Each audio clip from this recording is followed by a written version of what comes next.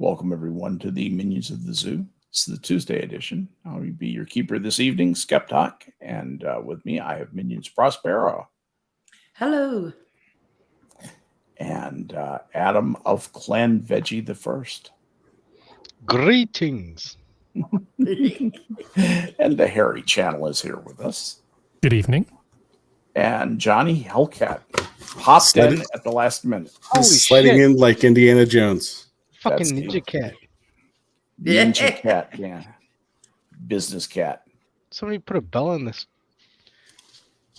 There are no bell can hold me. Who will bell the cat? Where does that come from? Where does that expression come from? Anybody know? So you can Who hear will, who will bell the cat? I know it's an old nursery rhyme, but No. is that Aesop's? Well, No clue. I have no clue.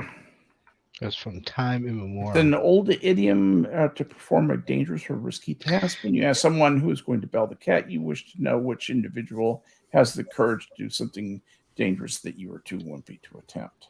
What? Okay. I always thought it was so you can hear him coming. Well, it is, but the notion Yeah, of putting a collar around a cat in a time period when they didn't wear collars as standard, cats can get a little feisty. Plus a mouse doing it, because the old idiom yes. is it's a mouse Oh, yeah. who's going to bell the cat. We'd be fine. That cat would stop killing us if we had a bell that would tell us it would come. So the mice all get Who together will and say, bell the "Yeah, we cat?" got to put a bell." Yeah, and who are we going to get to? Well, who's stupid enough? They try and get a Yuri Gagarin to go and bell the cat. See, Well, I was I gonna was say told there was. Lenny. Oh shit! anyway, so Which way did he go, George?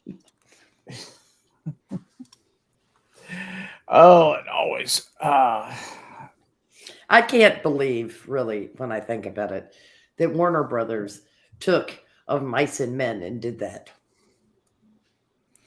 You know, Did what? the two dogs that. Which way did he go, George? Hey, George. Hey, George. Oh, Which yeah, way did he yeah. go? George. You know, and when the penny dropped about George and Lenny, Mhm. I was like, "Oh, that's really kind of horrifying."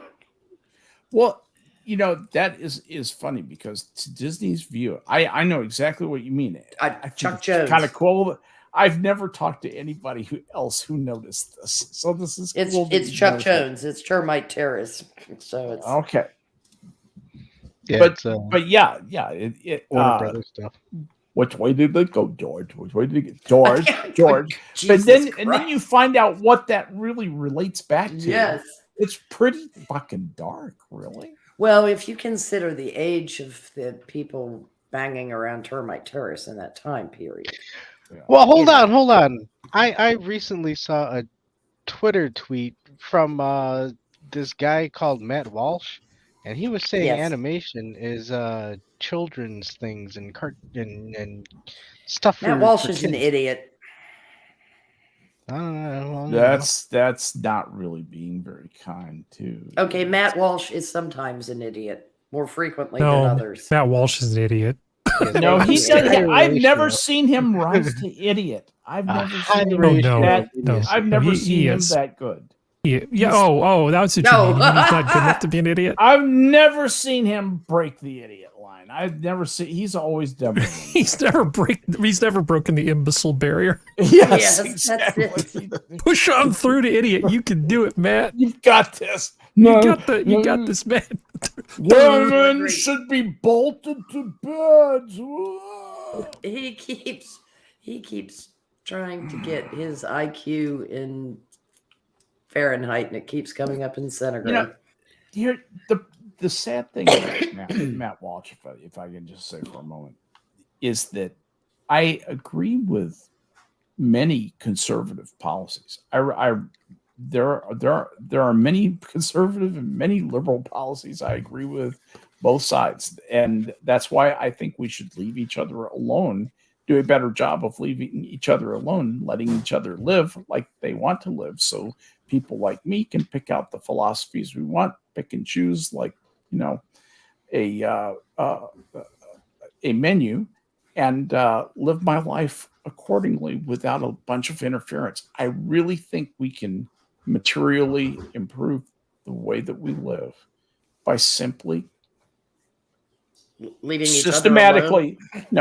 systematically diminishing government's influence in our lives, and then as a culture, what you're talking about, which is just to respect people's privacy, respect their wishes, their identities, and instead of having to make sure that everybody is pure, everybody's conforming to whatever the current rules put out by people who don't really care about the rules they're putting out.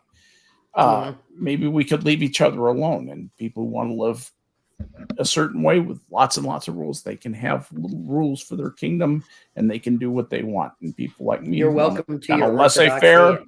Yeah, exactly. We're gonna live out in the country. I prefer my heterodoxy over here. Yes, that's right. If I want my butt crack show, then I would do that. So not that I would, but I could if I wanted. Not with Duluth. I'm a big believer in the attempting free enterprise, and I think Duluth does a great job with long tail shirts. Yeah, the long tail shirts that's a win. They have a lot of really nice stuff. If you go, they really do. They absolutely do. Cree has probably bought more out of there than he has anywhere else in the last 10 years. They have good things for large people too. Yeah, I mean, for tall people. Yes, he's 6'3" and he's about 225, 230. So he needs accommodation when it comes to genes, and it's interesting because there can be an assumption that suddenly your legs have grown because your waist has grown. His legs are not. He's in proportion to himself, but he doesn't have like Sanguine's dwarf legs, but he also does not have super long legs. Yeah, and it's who's got the dwarf legs? Ranting Monkey. Have you ever seen his legs? He's got the longest waist. Mm-hmm. And he's been made fun of that on. I've seen pictures saying that he has no legs and he's just 100% torso. And I've seen I can sympathize a little bit of him. One of the weddings in a suit. I think he's more. I know the picture you're talking about. Suits hide a jacket for him. Suits hide a multitude of sins. Yeah, absolutely. What I mean, because the cut of the coat can hide the shorter leg to longer torso kind of ratio. Yep. My youngest, when he was growing up, he was like, it's like the top half of his body grew, but the bottom half just stopped. Yeah. So when he was at the age where he would start to hit that, it was an 18 to 32 month period, when you break into the T, the toddler clothes. He was in like 2 toddler shirts, but 18 to 36 pants. And it was funny because I would call him my little knuckle dragger, because like he'd be walking and because his arms are really long for his legs length. And when he would hunch over, he would almost look like his knuckles were dragging on the ground. Bless his heart. But yeah, he definitely grew into those legs. So I think Sanguine has a shorter inseam than I do. He's actually taller than me now. What is Sanguine's inseam? It's like isn't it 29? Isn't it? And he's 6'1". Wait, yeah, no, I've got a longer inseam than Sanguine. Yeah, I mean mine's 31, really. You know, Wait. if I had to. I'm What- between what- 30 and 32 in jeans, you know, Yeah. so it was That's what I am too. Also. with bootleg, Yeah. I'd go with 32.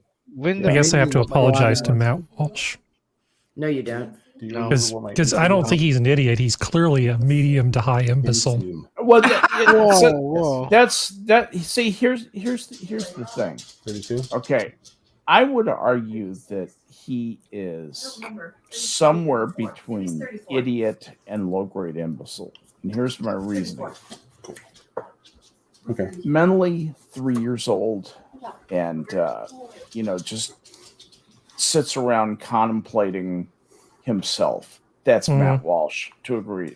But he might be a low grade imbecile. He can kind of stand up and look around and smirk and snarl and say ugly, hateful things and throw out half baked, poorly reasoned arguments that practically refute themselves and sell it as coming straight from God.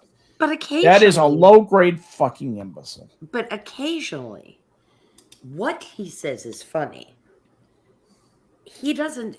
Not in the explain- way that he thinks it is. Well, but, he yeah. well, yeah, but I mean, there've been a couple times that I was like, I get what you're going for, but your reasoning is kaput.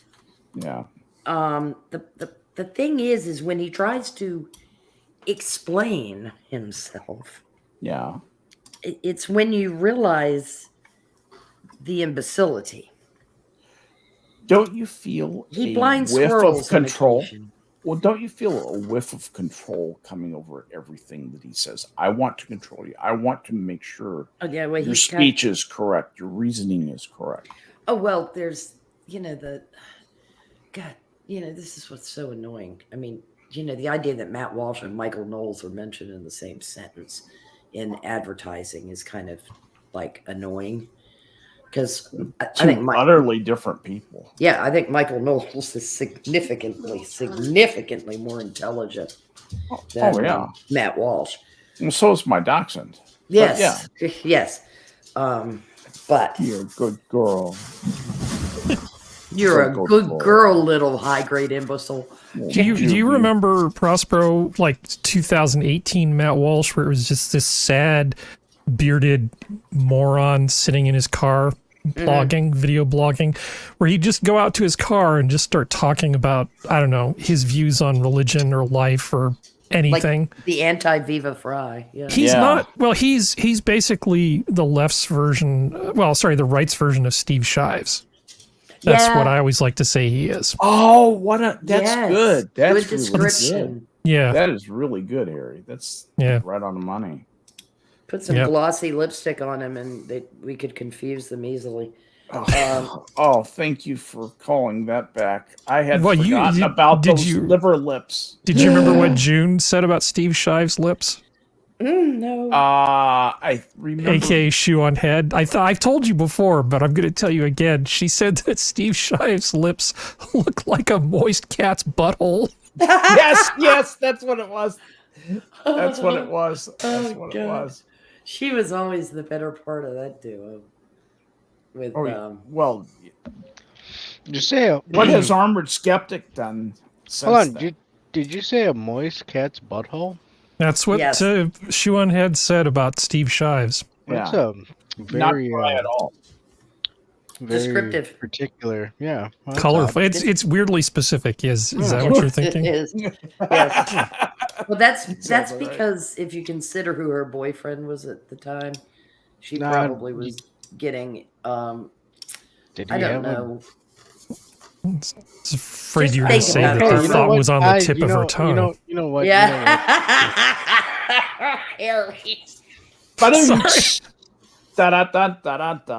This is the time that we are supposed to disclaim anything about tongue buttering. Without low humor, I'd have no humor at all.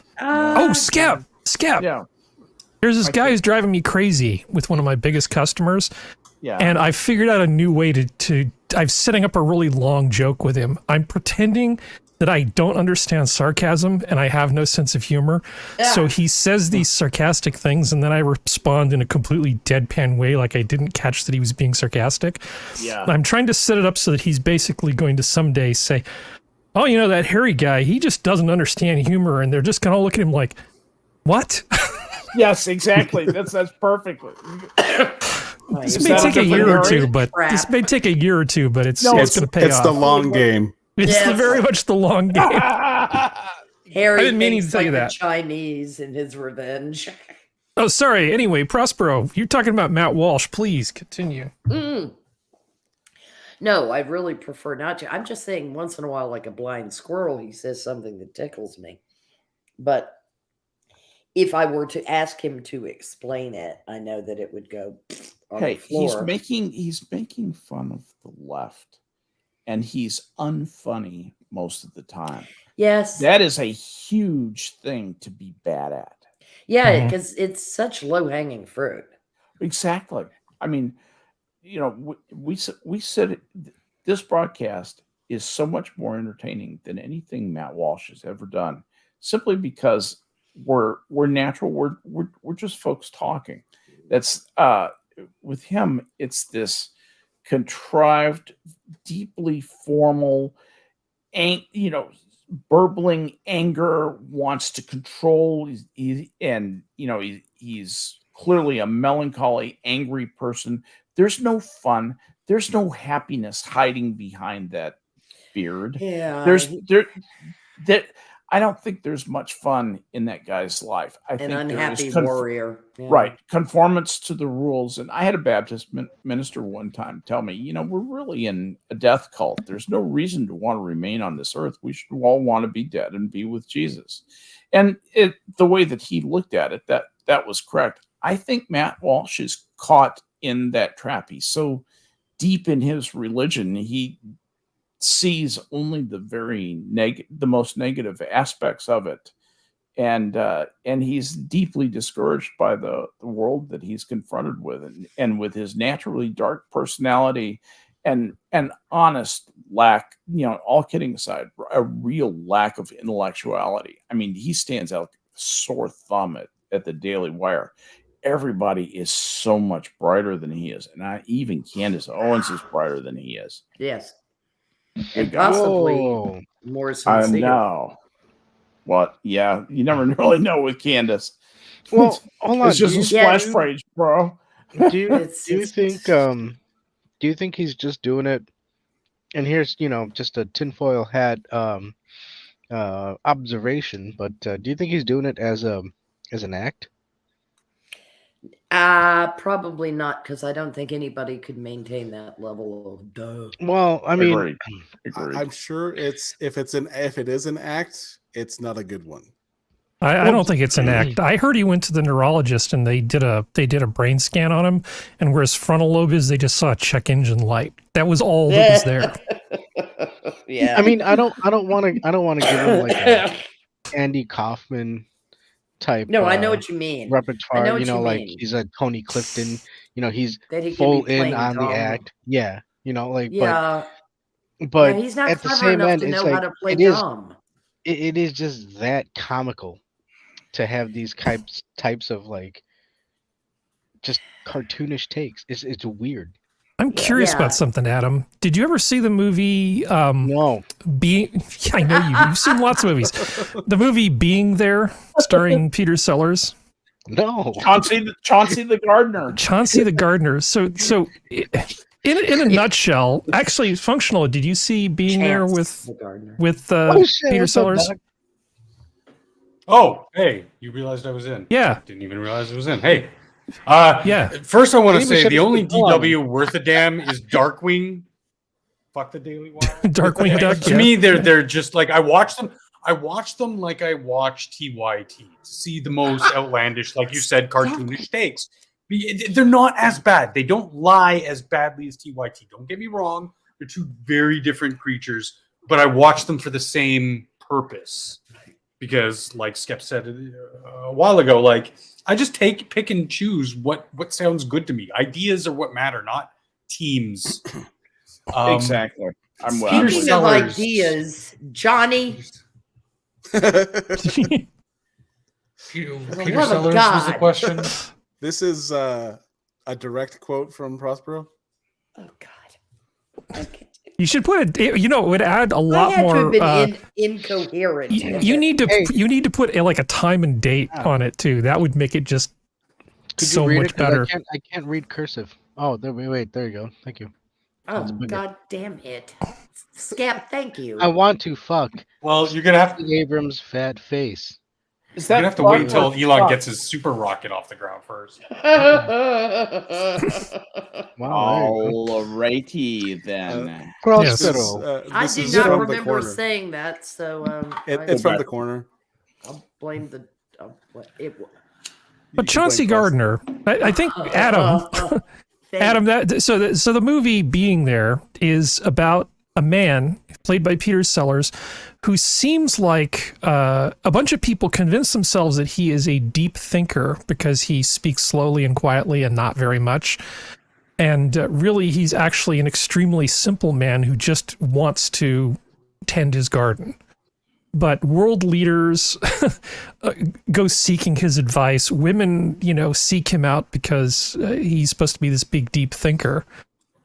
It's kind of a farce, the whole movie. It's like 2 hours of this. And then the ending of it is a bit of a head scratcher, but I'm not going to ruin it for somebody. Yep. Well, Yeah, what kind of- it's ending definitely was a good produce is movie. he growing? I'm sorry? Was Peter Sellers What kind of last role? produce is he growing? All right. No, Well, more ornamental stuff, not what that were you kind of saying? garden. Were you saying Oh. Prospero? What were you saying? I was saying Prospero. it. Yes. Oh, but you were trying to say something. I was trying to get you into Oh, the. it's Give you a chance. it's very much a farce, and it is an odd ending. It's just weird. It was Peter Yeah. Sellers' last. It was actually Peter Sellers' like it. last film. Oh shit! And it's a very peculiar film for him to have gone out. Was on. that his last? Yep. If I I did recall not- I did correctly, not- yes. Well, I'm not doubting you when I say that. I'm just saying I didn't know. Yeah. I should say I didn't know that was his last. And Shirley MacLaine is annoyingly What a effective surprise. in it.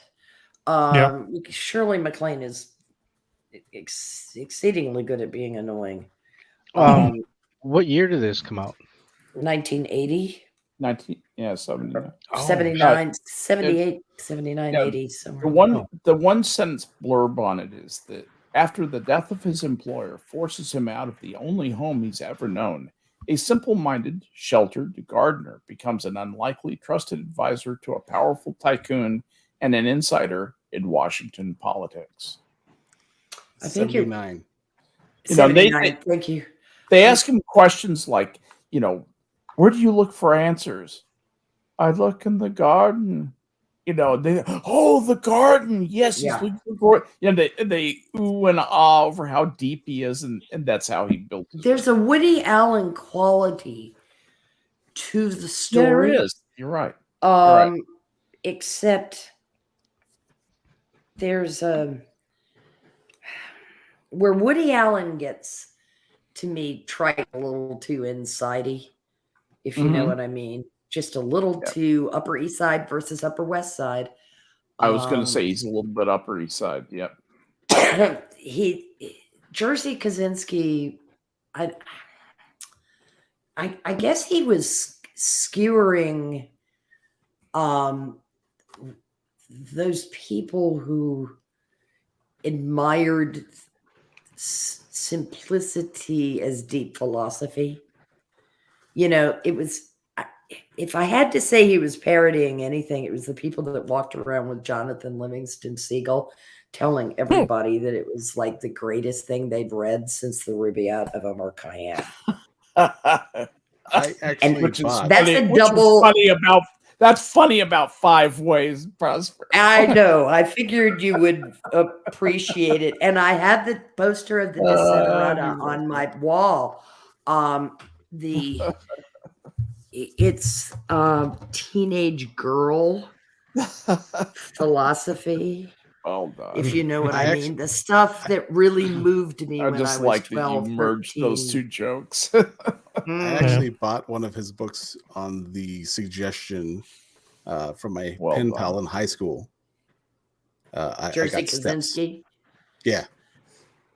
I got Steps, and I made it to the part where they have a guy tied up to a tree and they smashed his testicles with a couple of boulders or I hate rocks. when that happens.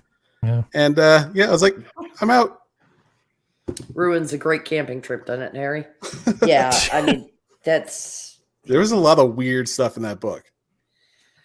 And There's a lot of weird stuff out of a lot of writers in the 70s and 80s.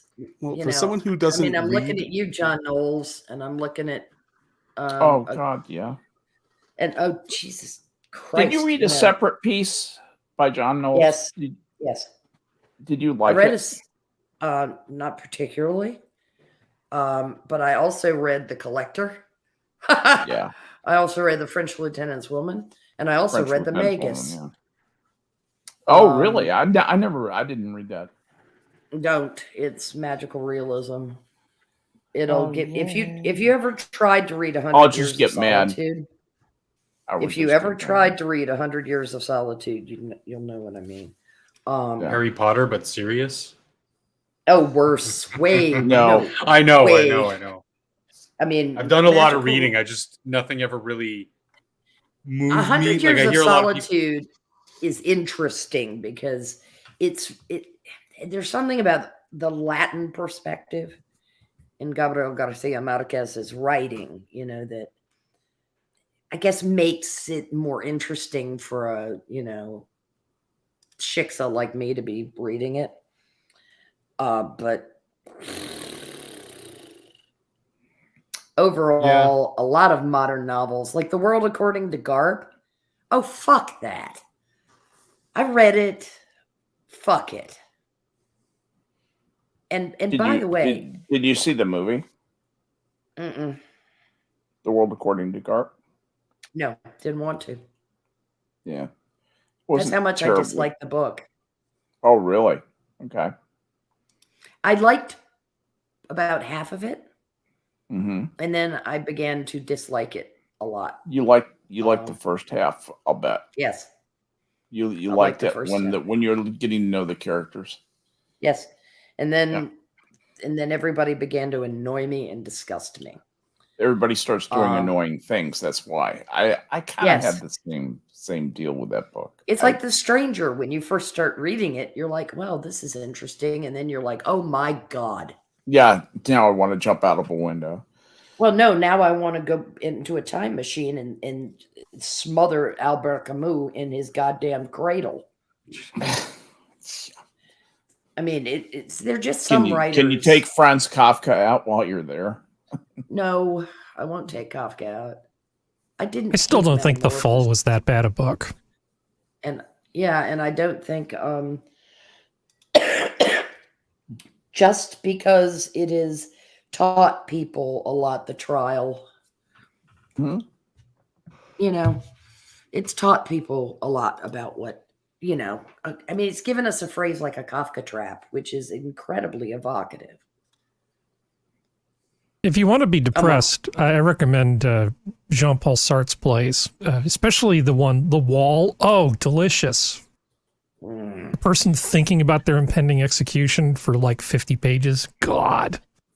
No, thank you. It's like Camus is like a ray of sunshine compared to Jean-Paul Sartre. Oh, that's hard. That is hard. That is hard to imagine. The moral bankruptcy of Camus is what, there's certain things. I'm a simple person full of little deontological, ethical, written in stone truths. And The Stranger, to me, the murder that occurs in it, reminds me of the line in Folsom Prison Blues, I shot a man in Reno just to watch him die. Mm-hmm. That makes my flesh crawl.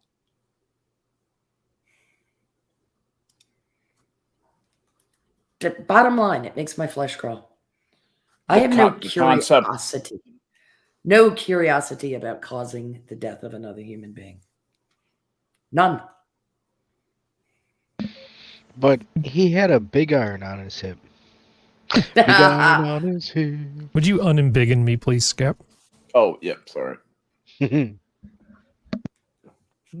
think Sartre gets most of his credit, his street cred or whatever, because he was talking about things that weren't really discussed, and for his time were a little bit more thought-provoking. I didn't like it, but I understood it.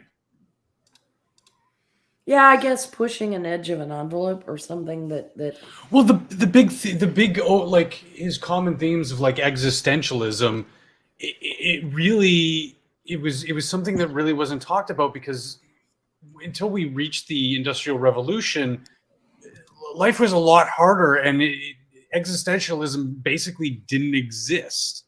I mean, there was, obviously there were probably people who didn't have time for the navel gazing. but they didn't have time for it. They were too busy surviving.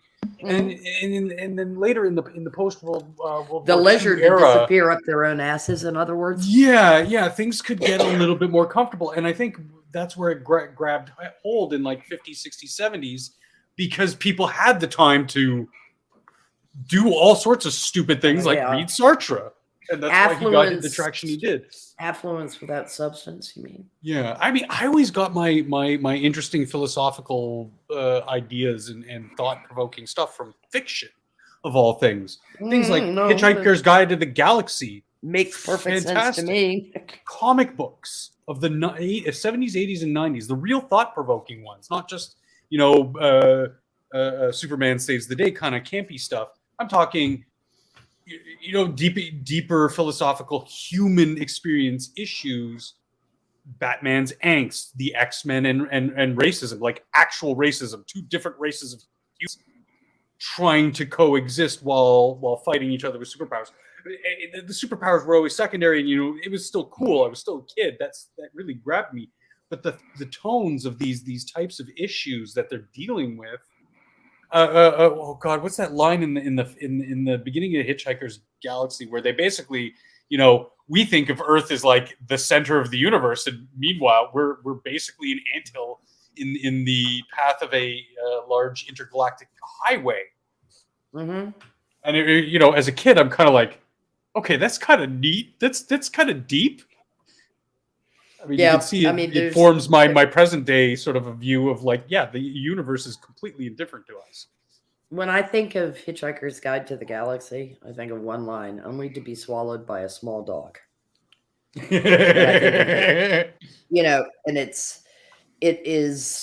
that is bar none one of the funniest stories and one of the best cautionary little tailets in the whole thing. You're a big cheese in your own backyard, but when you go out there in the great big wide universe, you'll find out that maybe a small dog could swallow you. Yeah. Yeah, it's interesting. I mean, I'm sure a lot of people spent time talking about how affluence has given us time to crawl up our own asses. It's also given accelerating. Yes, it has, but it's also accelerated. Yeah, no, it definitely has. People literally are disappearing up their own asses now. I mean, they're starting YouTube channels. Well, you look at some saying that they're better than you.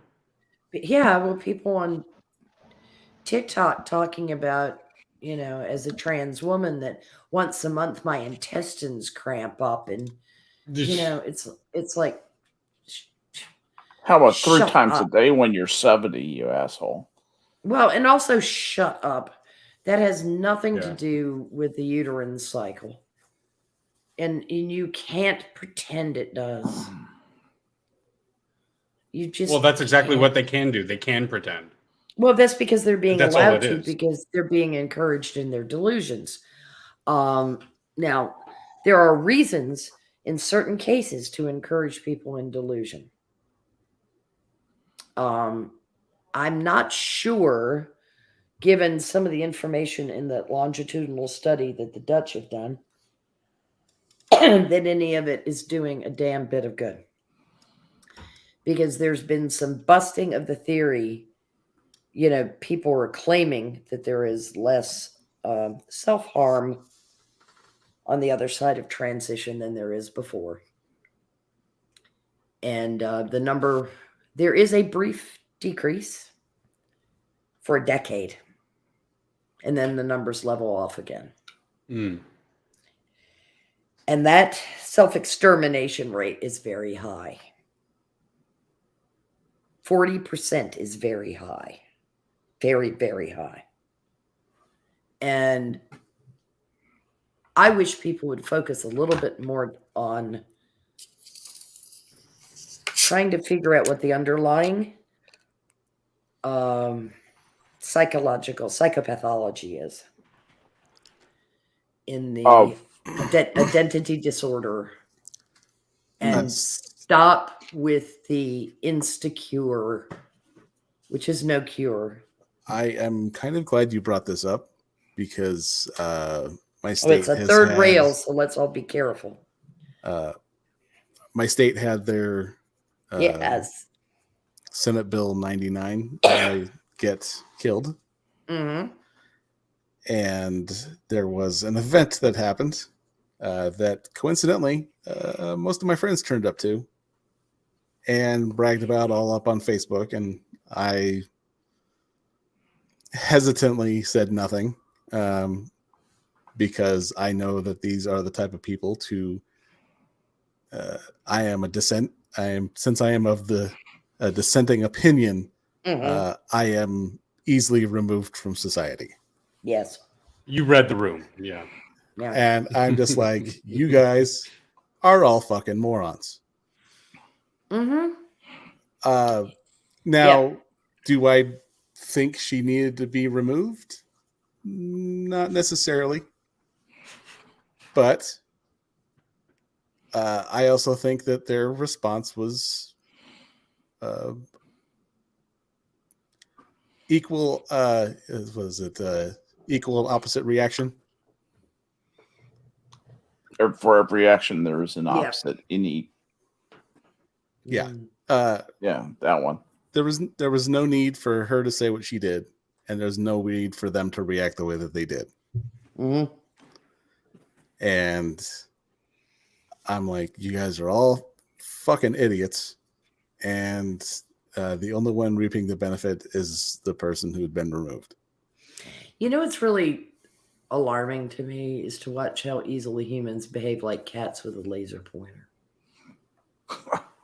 Ooh, shiny. Yes. We live such vapid goddamn lives. And I mean, as a culture, clearly. Nice, Harry. I mean, Jordan Peterson has pointed this out over and over again. We walk into a room, we throw a switch on a wall, the lights come on. That's a miracle. Well, our hard value is through human labor. Our labor is being taken away from us by automation. And because we have do nothing archaic fucking governments with archaic fucking laws, they can't keep up with the exponential growth of our technology. Pretty soon, there's that. Like 20% of us are going to have jobs. Most of those are going to be government jobs. Everything else is going to be automated. Almost everything can be automated right now.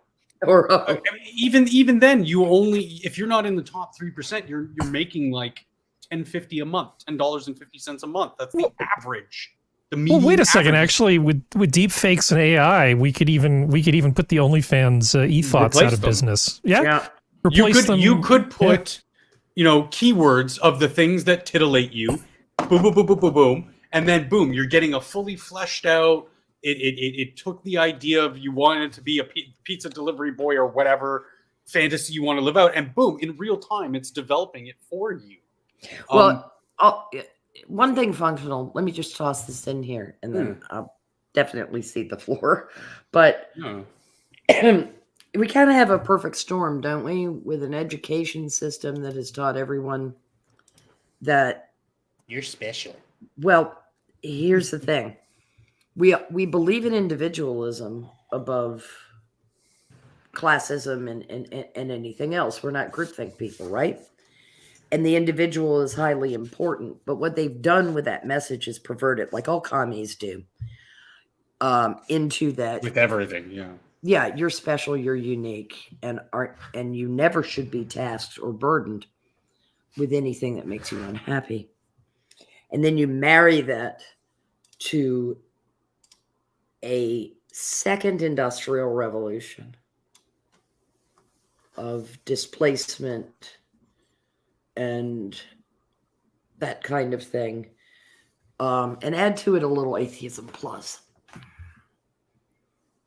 And what are you getting? You're getting the collective nervous breakdown that you're watching a large segment of society have. Oh, self-destruction of a species, yeah. No, I think On it's a just more of a scale little unheard nerve, of. you know. Yeah, I mean, it's a psychological destruction. Yeah. Because these people cannot function in reality. And you know, we all thought it was going to be TV. Skep, remember that? Oh, he's on mute. Harry will remember this. You know, What do I remember? that it was going to be TV was a TV big that was movie. going to rot the minds of children and reduce them to dribbling idiots. And instead, it's been the education system and Yeah. indulgent parents. It's not video games. It's not TV. It's not that. It's the atomization to the self and making that individual selfish. I do think that that's one of the biggest core components, but I do think that everything else plays a part into it. Video games, television, movies, pornography. Well, they help us atomize social ourselves. media. Well, they're orbiters, right? They feed in. They hit the right notes to keep that core sort of self-destructive force. Here's your dopamine. Evolving. Here's your serotonin. Have a good day. I mean, Yeah. it's part of it, but I can't remember what comedian said it, but when talking about, you know, addictions and vices, in terms of weed, he goes, you know, if it wasn't smoking weed, it would be eating cheeseburgers and doing scratch tickets. You know, it's something that they're gonna do regardless.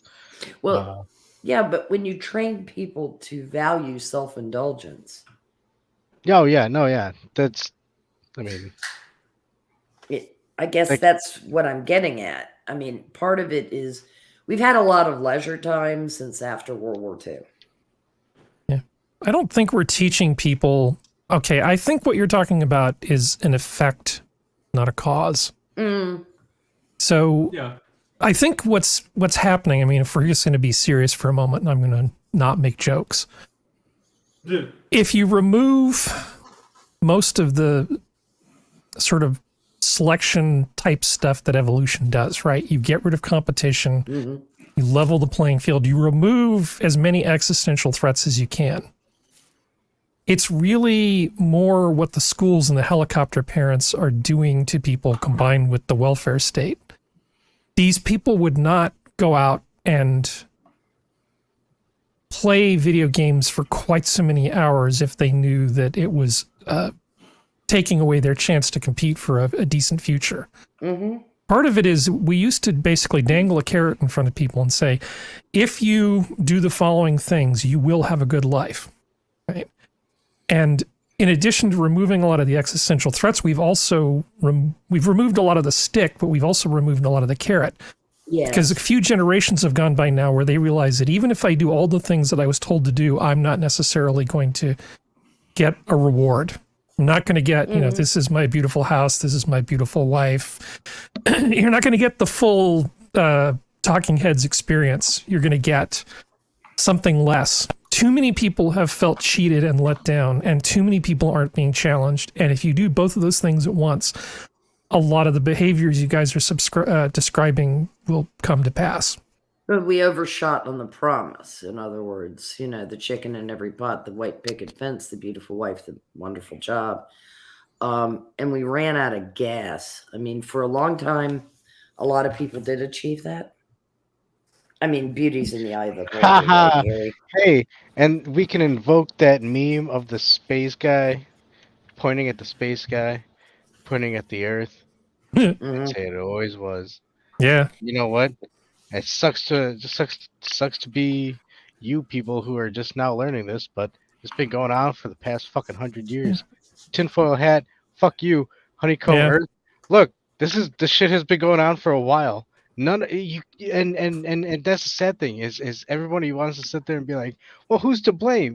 You really can't blame anybody, really. I mean, a lot of Well, you can. There's just a lot of fingers to be pointed. no. Well, I And mean, you have to time travel to do it. there's the oh, you know, you knew but you still didn't do it, but at the same end all of this shit has been in play for so long that it's not even something that it's sorry, I'm kind of it's an entangled mess. Yes. Since at least the 70s, and I really agree with functional. There are a lot of fingers to point. No, you. So you've got a thing, and let's just assume there are like 12 different things going on. Right? And, hold on, and Oh, okay, go ahead. I could even go and say, oh, well, maybe it was Operation Paperclip. Oh, well, shit, maybe it was fucking 1913. And fucking, oh shit, maybe it was fucking right after the Civil War. Oh shit, maybe it was fucking the War of 1812, where we actually didn't win. Fucking, you know, we could again. Tinfoil hat Adam Jones. I'm sorry, I didn't mean to. It was the 70s, man. You can trace it. You can find it in the numbers. The numbers are there. You look at what Thomas Sowell was talking about. So, but the point was about the 12 different things, right? There's so many different factors, and all of them have some play to it. All we can do with our limited understanding, our limited data, our limited intellect, is kind of grab a hold of one piece of it at a time and go, hey, what do you think this part does? And in reality, like it's like a circular firing squad with the average person in the middle. So it used to be that like you would have a kid, right? You'd work like in a coal mine or a Toyota or a factory in Detroit or whatever. And you'd have a kid. And if that kid had decent enough grades and showed up, they'd get an internship and then they'd get hired. And it was not uncommon for, you know, fathers and sons to basically work for like the same company for multiple generations. Yeah. Then what came along is that promise, among a lot of other promises, basically got broken. Right? These are not like real promises, but they were just what people thought were the promises. It got broken. And people's expectations. People became interchangeable cogs. And so that avenue basically was shut down. And then there were like these guys who thought they were going to go to school, and they got ripped off by somebody because of some immutable characteristic. It could have been affirmative action, could have been anything, right? But just people just kept losing and losing and losing. And eventually they just gave up. Right? Like I said, there's too much, there's, you know, no stick and there's no carrot. All there is existence and cheesy poofs. And that's where we're running afoul of stuff. Yeah. I mean, I saw doors of opportunity for people closing behind me the whole way. And I'm like, man, I'm glad I missed out on that by 2 years, where they would just like drop classes at universities because students thought they were too hard. And just, I would see this wave of shit. Like I would be the last year getting out of high school before they close the campus, because the poor little deers can't be allowed to go off campus during lunch, because what could happen if they cross the street and they got run over on the way to the burger stand? Oh my God, you can't let teenagers in high school cross the street. You know, heavens to Murgatroyd, it's just too much. So I'm sorry, but I'm kind of disgusted with the world sometimes. I like sorry, Skep. No, go right ahead, Functional. Well, I was just going to say that, I like the idea of the hyper specialization that we've kind of taken, excuse me, educationally and vocationally. But somewhere along the way, we've also taken away other things. People might know one thing and one thing very well, but they don't know anything else. Like someone might become a brilliant doctor or lawyer or computer programmer, but they don't know how to cook.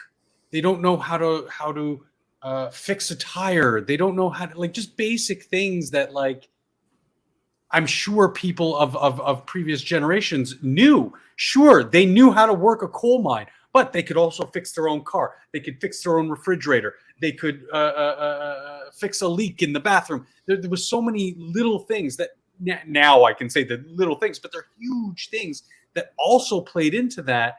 That when those doors are closing, what did they have to fall back on? Nothing.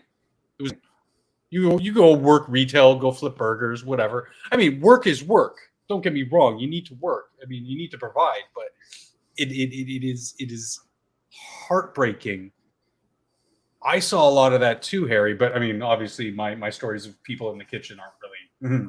There's a reason why the door should have been shut on some of those people.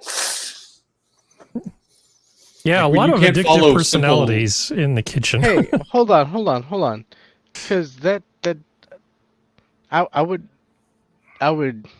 bring to the argument table that type of mentality was going on even back in the days of the Bronze Age, where the people in the city who all they did was, maybe work the fast food joints or make pottery or just unload and load the shipping freights, compared to the people who were in uh,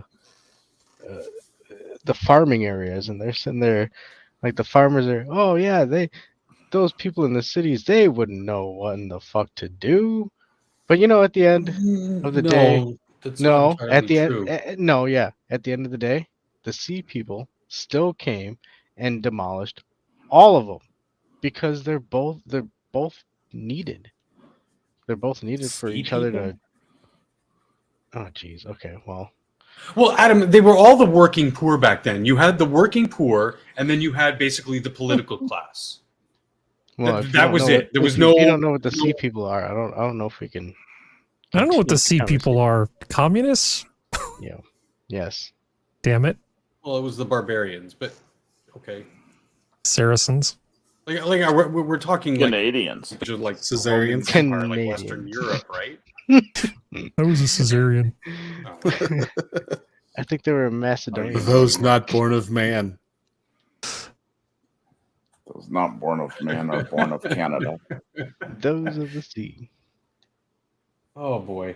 No, I feel like we all basically agree. Like I said, it's Yeah. like a lot of blind men trying to grab an elephant.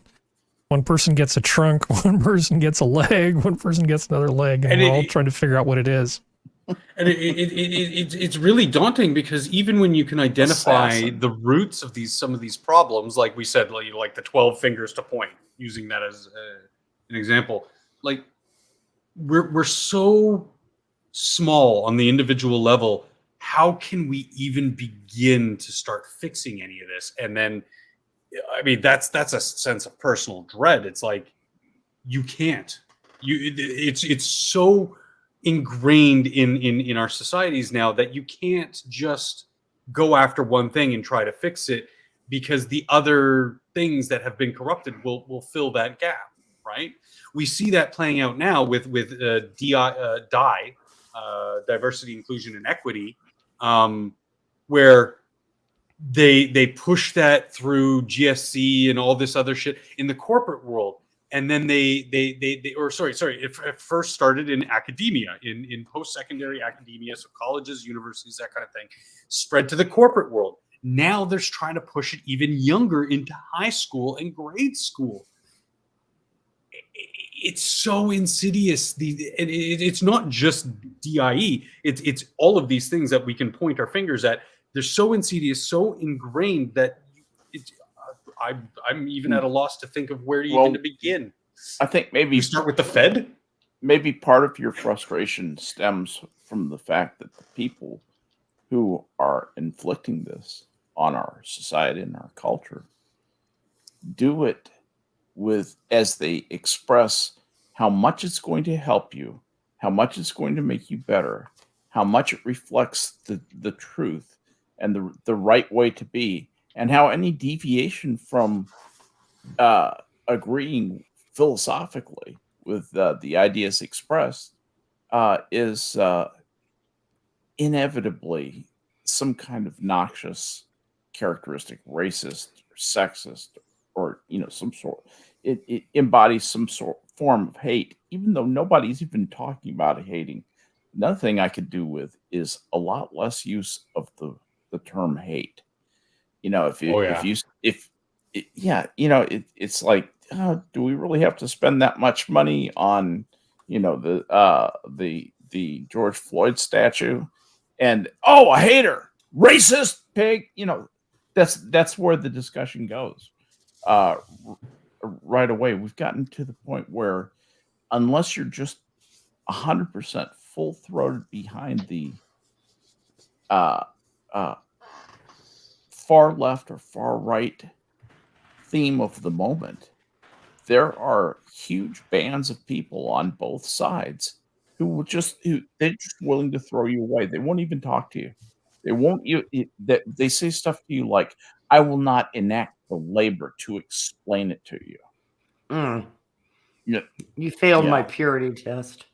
Yeah, They're exactly. very fungible, highly morphing purity test. Well, From day to day, it from a morphs 34-year-old transsexual to explaining to me how I haven't had enough life experience to understand his situation. You don't have enough neuroticism to understand. I kind of understand where that comes from, though, Skep, because for them to explain one of their deep-seated, retarded views, they have to misrepresent a whole bunch of stuff to support the claim that they're making. And of course, it's all built on a house of cards. There's no there. They have no. So for them, it's just easier to just be like, "Oh, well, I don't have time to educate you." Because I have to do that a lot on. I have to do that a lot on social media. Not that I say anything. It's just like, okay, well, this is. I can quickly identify this is the type of person I don't need to be engaging with because they are the person I was just describing. Of they're going to have to take every which way from Sunday to stretch to make some stupid, invalid point to begin with. Why waste my time? If somebody every so often, 10% of the time on my interaction on social media, somebody will give me a conversation. And even though we might not entirely agree on things, we have a decent conversation. Two strangers just having a conversation. It's great. I have no points. No points. You're all round.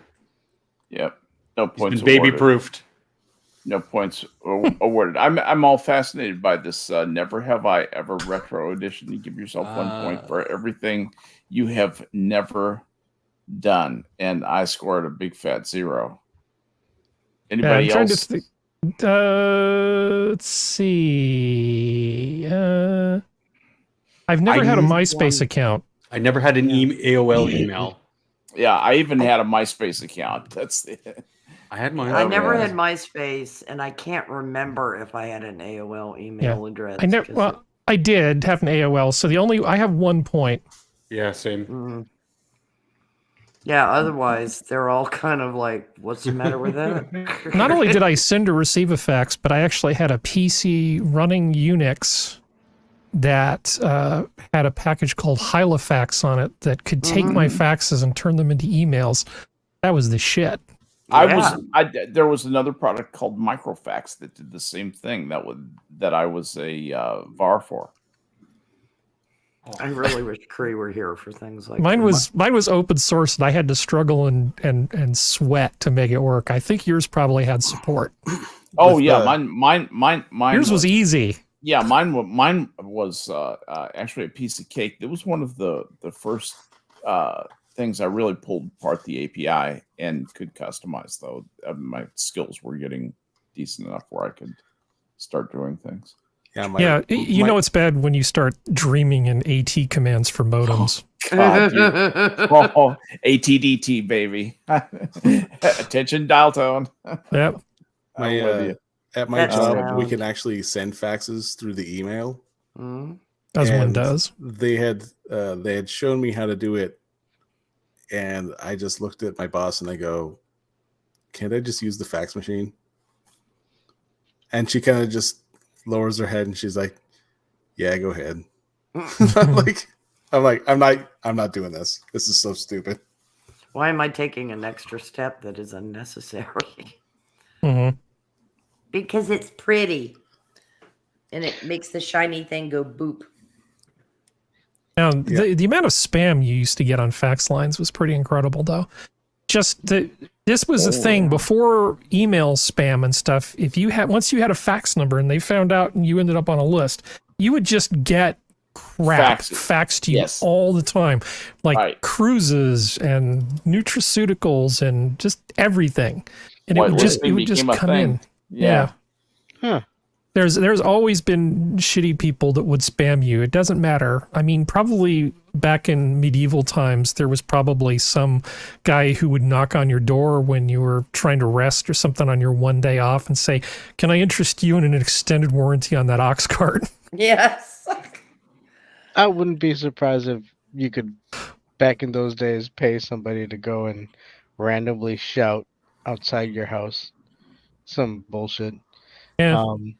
I was gonna say though, with the AOL email address, did you need one of those to have instant messenger? Because I remember using instant messenger, but oh shit. Well, damn it.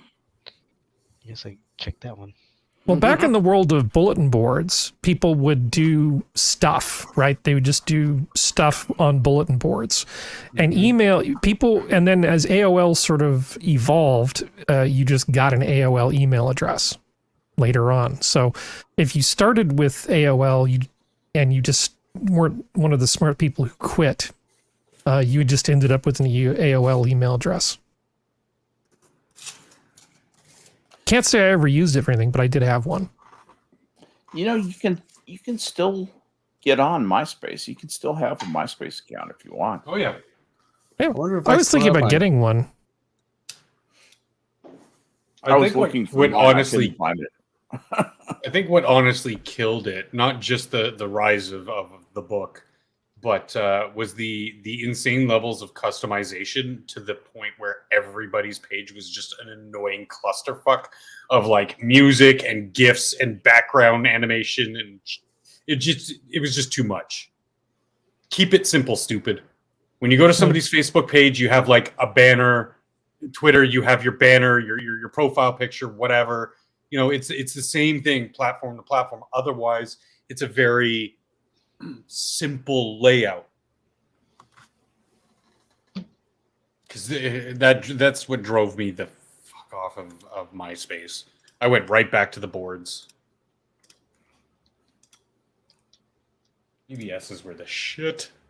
Yeah, BBSs and of course the Mac Daddy of them all, Usenet. Usenet. Usenet was the best. You can find, The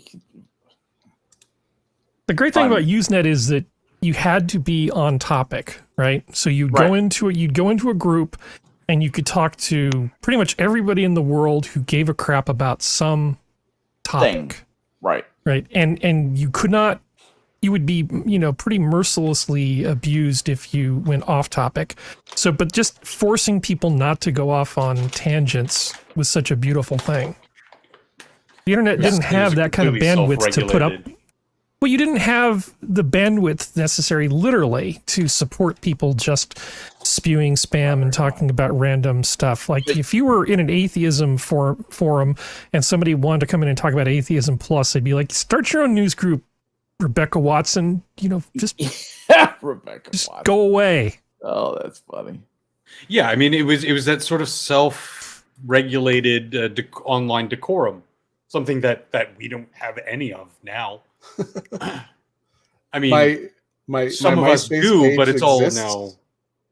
Sorry.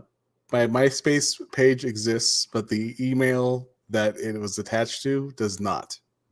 So much for that. Yeah, mine probably will be different. I gotta try signing in now. But there were early things in the internet that were useful, like the FAQ. The FAQ. There weren't always FAQs, but you wanted to get people up to speed who wanted to join some new community. Here's the FAQ. My first email was Excite. Remember all the search engines? Lycos and all that stuff. Yeah.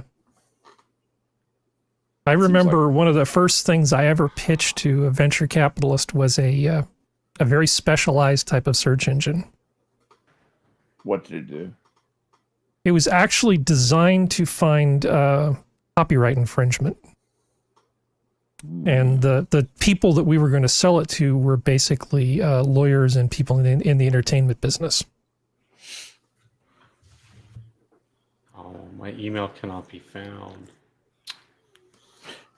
So how did it sell? Did it work? Was it a good product? Never got it off the ground because I was supposed to meet with this one guy who was like a pretty big deal, and he was away, and they said, "Hey, do you want to meet with these other two guys?"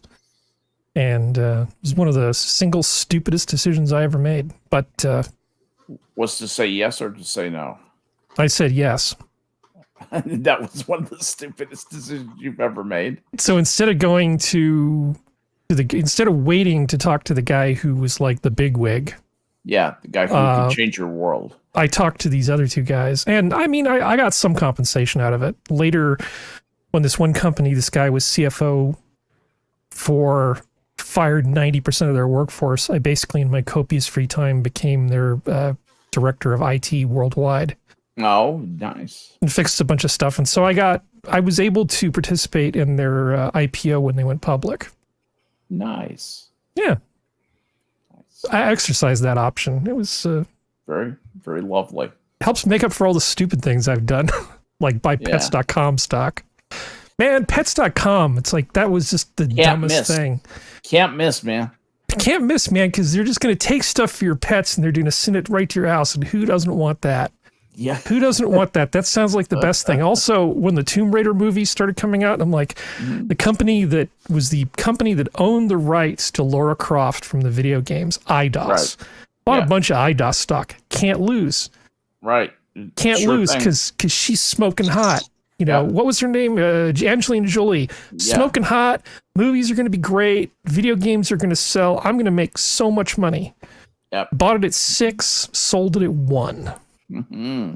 You shorted it. You shorted it at 6. I didn't short anything. I bought it you're and supposed lost to short money them when they go down. You don't know that, except in hindsight. I thought it was going to go up. Stockbrokers always know. Yeah, Just short everything. Just short everything. Stockbroker what to do. Okay. They But know enough what about to do. me. I'm just saying that for every good thing that's happened to me, there's several bad things. So I don't feel at all guilty about getting a little windfall because it helped to make up for the fact that this guy sort of destroyed my future.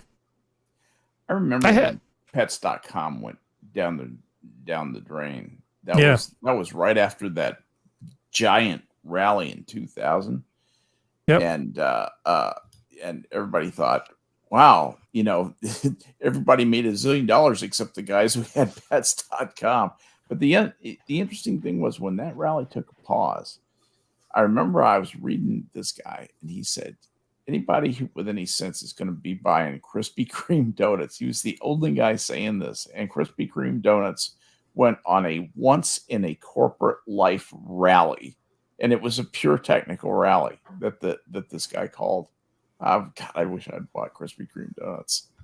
Well, I could have been one that summer in Yahoo, but I could have done better at Krispy Kreme. Well, I could have been one of the first hires at Ask Jeeves. I was smart enough not to do that.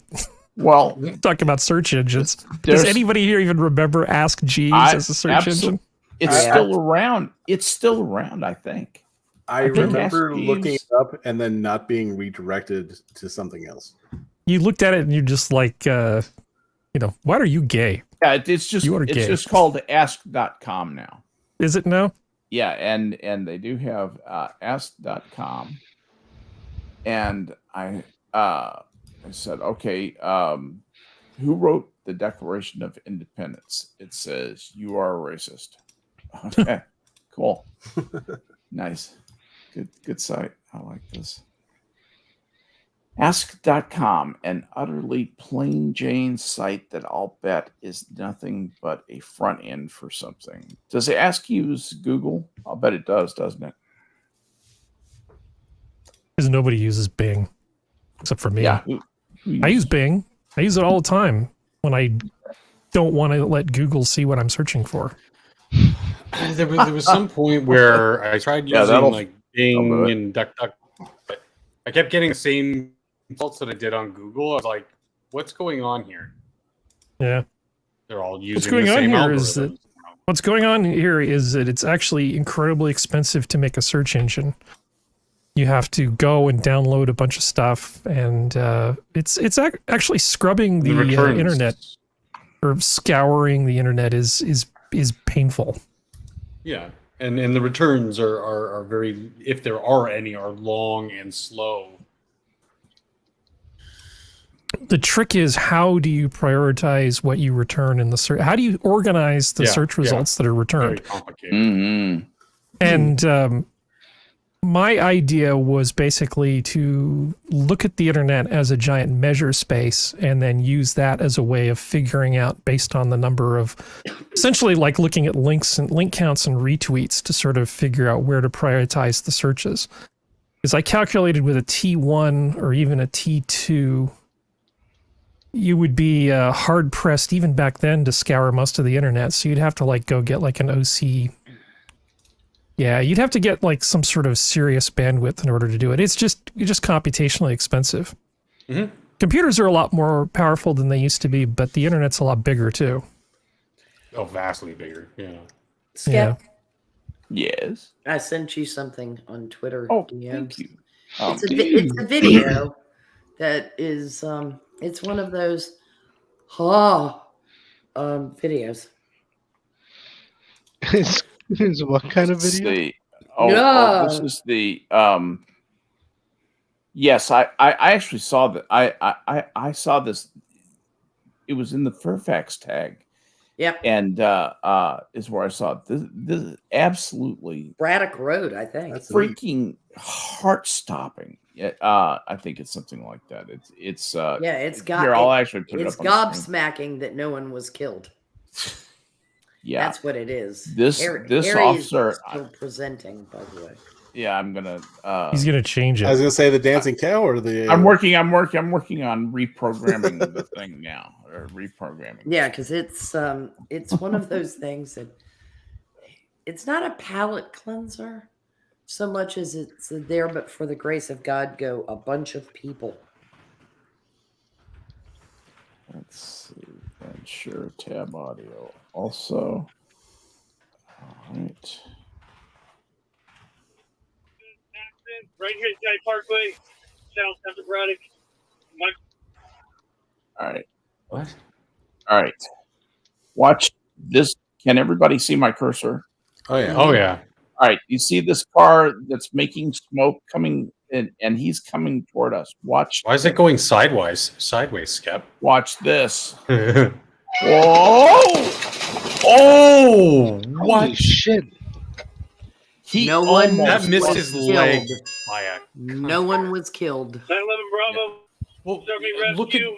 the Serving unit cop's accident, leg. right here at Sky Almost. Parkway, Yes, South Democratic. A literal My cut cruiser hair was hit. yes, it Driver was is. hit. from getting Trying to crushed. check on injuries. That was insane. There were people. And the driver, nothing.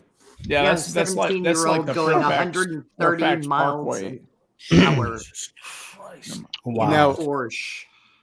Now, when I get in talks with people about religion, and I tell them that I'm not an atheist, but I don't not believe in God. Mm-hmm. This is something that I show people. That's Yeah. like, okay, that might be a sign. Like Somebody on the thread said, and this is why I can't stop believing in God. It was a 17-year-old kid. He was going about 130. So he was on the Parkway. Okay, been on that. Know roughly where it happened. He had minor injuries. So did the two people in the stationary car, and the cop got a couple scratches. that's insane. I mean, you talk about somebody kind of putting the code of no dying over something. I mean, for all intents and purposes, that could have just been the end of 5 people Yeah, very Yeah. easily. Yeah, it was get with the trooper, like somebody said, we should have gone over the barrier. All right, did you see how high it was up on him? Mhm. He The path of least he had resistance would have been the way he went. yeah, and there was next to no He was- time to react. Oh, look, Yeah, ducks, talk seconds. about a palate cleanser. And he was trying to get a beat on where the car was sliding, Mm-hmm. so get crushed. Which Well, because it's like, oh shit, oh shit, oh shit. You know, get away and- from him being in between the car that's stopped and the barrier, so he doesn't get crushed. you got Go to it. the back, but the car coming at him near miss, but bounced off the car that hit the guardrail. So he got out of the worst spot he could probably be standing. Yeah. Oh, And they're no. very, very lucky that median was not dipped more because that Porsche Could have gone flying. Yeah. I mean, it's we very had obvious. The cop should have just pushed the car aside. Yes, stopped it. absolutely. Silly, puny god that he is. Yeah, he wasn't doing his job. Man, I tell Well, you look at one that thing. dog. His dry cleaner will be doing their job. After he gets a new set of drawers. Yeah, no kidding. He didn't even have time to shit. He was just too busy running. Yeah, it's like The- I was the saying shit on was Saturday, scared the shitless. automation. Was it Saturday or last Tuesday? Jesus, I don't even remember. When shit gets real and you automatically just start reacting. There's Yep. no thought process. You just react. I've been on the other end Oh. of that. It's something to behold. Aw. Yeah, and then the adrenaline dump. Can you imagine how badly his hands were shaking at some Yeah, point? yeah. Oh, Like I look said, at that. the other end of that, and trying to remember the events that just occurred while you were in that full automation mode of just react. Like Right, and because he has to call it in, he's got to write up a report on it. He still has a lot of paperwork to do. Everybody else could get transported, checked out, cleared, and go home, except the dipshit in the Porsche, who was charged with reckless driving. Just reckless driving. Well, you said he was a kid. 17-year-old driving a Porsche. I bet Dad's happy his car's wrecked. I see. I can kind of understand that, in that nobody was seriously injured, and it's a stupid 130 kid. You don't on a want road. to. I can Yeah, understand. 130 in a But I can 45, understand where the 50 trooper mile was an kind of hour like, zone. okay, this could be a teaching moment for this kid. He either smartens up, or he is going to do something next time where he is going to jail for. He was going a more than significant twice portion. the legal speed limit. Yeah, Close to it's- 3 it's- times the legal speed limit. I don't agree with it. I can understand where the thought process of that comes from. Yeah, mean, that little yutz. We've especially young men do a lot of stupid things, but that's Oh, yeah, kind of an that's why you egregious don't let stupid them thing when you have a drive a car 2-ton like that. death machine. Yeah, Well, you also don't let your kid drive a car like that. I mean, I'm sorry. yeah. We kind of know that 17-year-olds are going to do dumb shit. Again, like we were talking about earlier, like give them the old beater so that they have to learn how Yes. to Yeah, let him drive. respect let a him piece of drive property. the beat up old town and country for a while. But it's Fairfax County, and there are a lot Yeah. of status people in Fairfax County. And it was mom or dad's car in all likelihood. Maybe it was his. Maybe somebody bought it for him for his 16th birthday because that seemed like a good idea. But Something given has no value, and he was well, given. lucky they didn't buy it for him for his last birthday.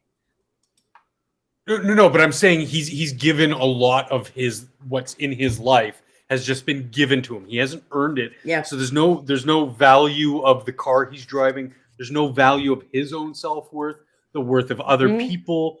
there's no sense of worth about the laws that we guide in society. Like I said, you don't have to be like the perfect model citizen and obey every single last law. You're a stupid kid, do stupid kid things, but to jump off a tight cliff, acting and break your arm, not driving a 2-ton death machine at twice the legal speed limit and potentially wiping out a family. Like, they're two very different things. That parkway cannot sustain 130 miles an hour. I mean, I'm amused. 130. That's brutal. Like, when you first said 130, I was like, oh, that's not so. Oh, wait, miles. Holy shit. Yes. It's not kilometers. And that's not an interstate highway. That's like a parkway. It's just 4 lanes divided by a median strip that runs basically from 95 kind of out toward Dulles Airport. It's not. There's a lot of egress on the road. Let's just put it that way.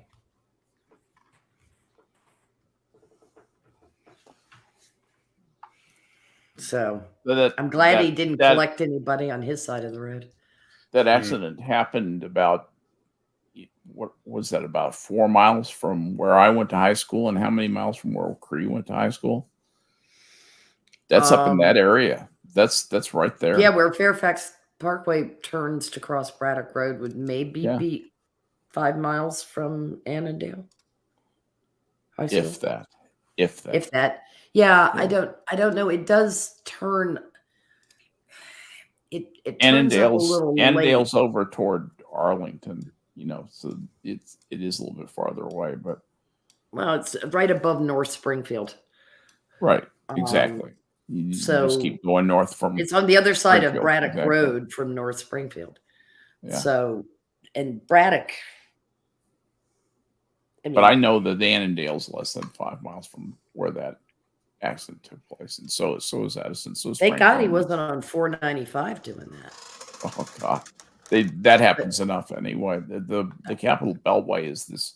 For those of you not familiar with Washington D.C. highways, the Capitol Beltway 495, Interstate 495, surrounds the city, and it's a classic beltway. It's been there for a long time. It's what is it? Is it doubled or tripled in lanes, in number of lanes that started out being 2 lanes each way? What do you mean by beltway? Tripled. I remember when it was 2 lanes. I drove. I'm sure you did too. Probably drove that thinking, boy, this is great having a highway around a city. What a great idea! It was all new then. We just thought it was amazing. I don't know that beltway. Yeah, it's just an Interstate 95, Interstate in 495. Circles, it goes around Washington D.C. So that's why you call it a beltway, because it goes around the city. Absolutely, there's what's called the inner loop and the outer loop. Right. We don't. I've never heard that before. Yeah. That terminology. I don't. On 95, when you start seeing like even number. They're beltways or partial beltways that encircle or at least semicircle around. Or plan to circle. Yeah. Because they're all derivatives of I-95 somehow or another. But 495 really is, it's literally a loop.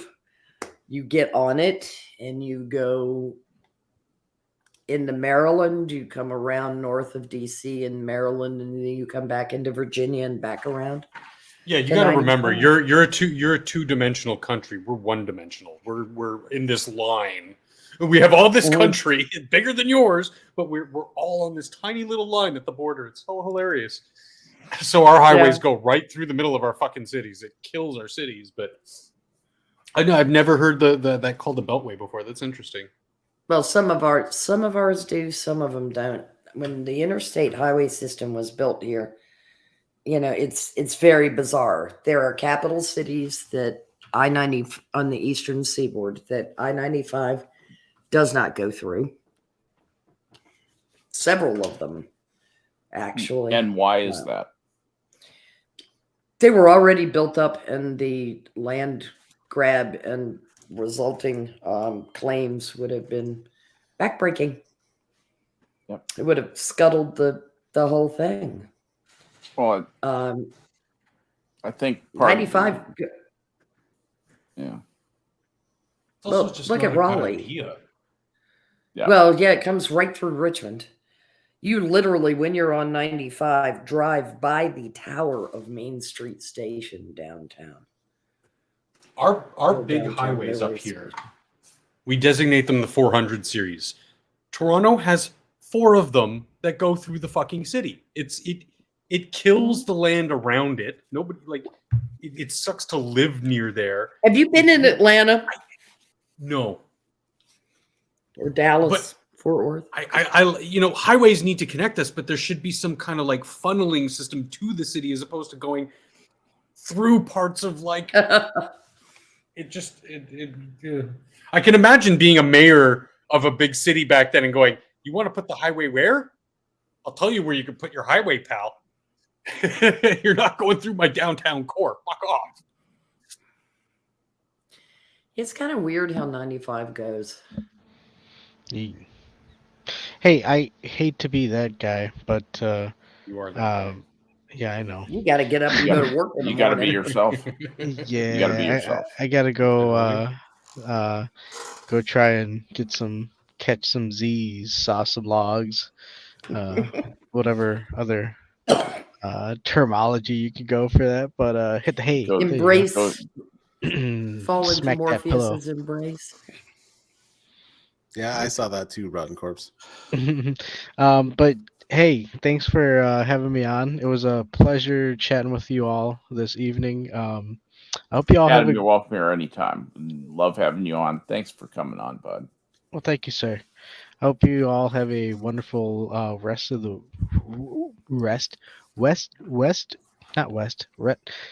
Billy West? Have Yes, a good west of your have a good reach.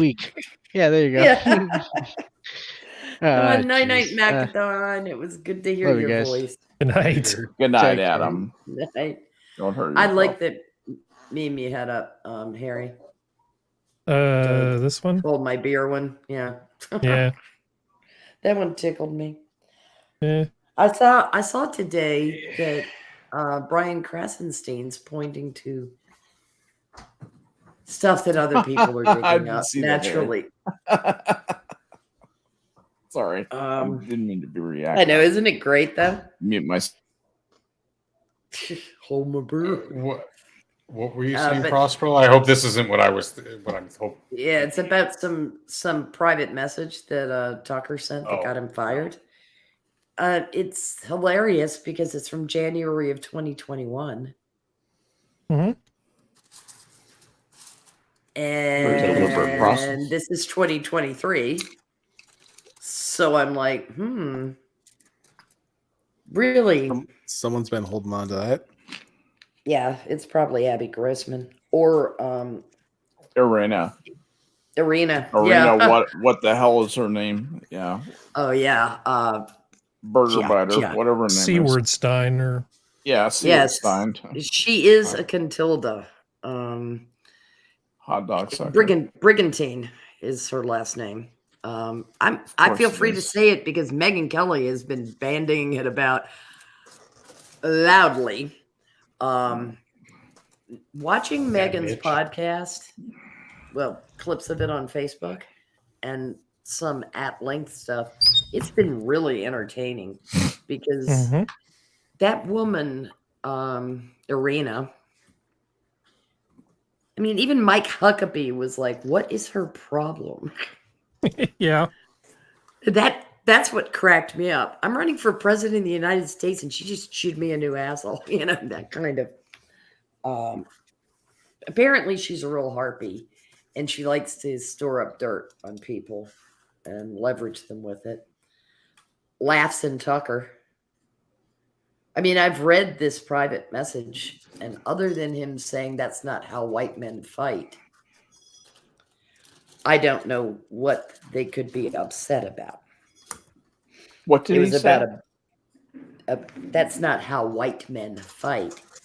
And it was in reference to a video he had seen of an Antifa lad getting up in the face of some, I guess, Trump guys, and it was a 3-against-1 beatdown.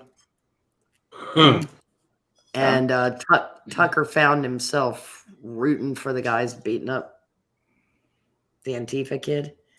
And then he was like, yeah, ooh, that's a human being. Stop this. Yeah. You know, he questioned his investment in the violence.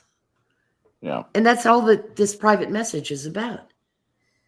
But his comment was, a gang beating is not how white guys fight. That's not. Well, That's he not. didn't mean it as racist, really. No, and I mean, as You know, Adam he'll get Carolla called laughed, racist for it. At the stretches. well, he's been called racist maybe. since he went on the air with Fox. And in his interview with Adam Carolla, he mentioned, you know, he said, I actually stopped and thought, okay, I think racism is bad. I don't think I'm a racist. Am I being racist? You know, and he said, I grew up in Southern California, and Adam's comment was, ooh, he's afraid of people that don't look like him. You know, Southern California is pretty damn melty potty. If you know what I mean. Yeah. Well, especially Southern California. Yeah, you can't go too many blocks without running into people who don't look like you. Or who don't look like the group of people you just last saw. As Koreatown butts up against Chinatown, butts up against Little Japan, butts up, you know. You know what LA is like. And I don't need to defend Tucker Carlson. I have no intention of doing so if he, well, I mean, I would if he, I think we're legitimately being railroaded. I don't think he has any fucks left to give. I think he could come out tomorrow and do the infamous Chris Rock sketch, and I'd still love him. I think he's hilarious. Well, also he has a killer attorney whom he has a relationship with, has had him for a number of years, Brian Friedman, represented Megyn Kelly, and she did okay. He's not representing Don Lemon, although apparently Lemon might be sniffing at his skirts. Tucker will be fine. Did you see Paul Bet David fucking offered him $100 million contract for 5 years? Really? Yeah. I kind of laughed. I said, yeah, you might be able to get Candace Owens, not Tucker. Keep it going. No, but the deal was that there's incentives. That's about what he was getting at Fox. But there's incentives there for him to be a part of the team, the decision-making owner class of his company. He's saying, yeah, Tucker, come in, you'll be an equal. We have the infrastructure, we have the thing. You're bringing your audience. There's your remuneration side of things, but you will basically have complete control. And I think that we talked about this on Saturday, that he will be fine on it, and I think he would do very well to go on his own in some regard. Yeah, but if he not be beholden to some, but if he could get into somewhere where there already is the infrastructure for distribution, perfect. If he could do the same thing that Megyn Kelly did, he'd be set. Yeah. I mean, if you do a Rogan, do a Kelly. Tucker's in his 50s now, and he has fuck you money. I mean, he doesn't have J.K. Rowling fuck you money, but he's got fuck you money. What's she worth? Because I'm pretty sure. Yeah. Oh, about $1 billion? Okay, maybe. Well, in potential.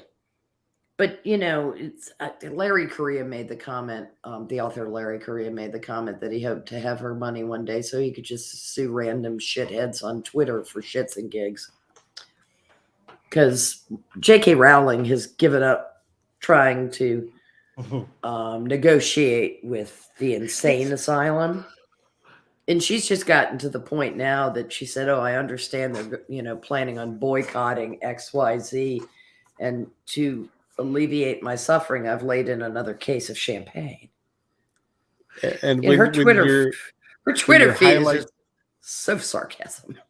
when your highlight is demolishing TJ Kirk, it's Yes. chef's kiss. It's her estimated fortune is 820 million pounds, but get this, ranking her as only the 196th richest person in the UK. Do you know who the richest? Do you know who the richest woman in the world is? You've never heard of her. It's Francoise Bettencourt Myers. A lot of rich people in the UK. Yep. And Yeah, she yeah. is a French businesswoman. She's L'Oreal. Yeah, L'Oreal associated money. with L'Oreal, I think. It's I think she's the L'Oreal one. Tucker Yeah. came from a well-to-do family. And He's he never married made a any well-to-do bones. family. Yeah, but he's never made any bones about it. No. He has never said that he did not understand the blessings of his upbringing. But That's he's a not good going point, to Assassin. apologize for them either. Why should he? No. Why should he? Children are born into whatever circumstance they're born into. You mean they didn't Yeah. ask to be born? Well, all I'm saying is that they are not responsible for the purported sins of their fathers. That's what I was Yeah. trying to say. Clumsily, Yeah. I'm sorry.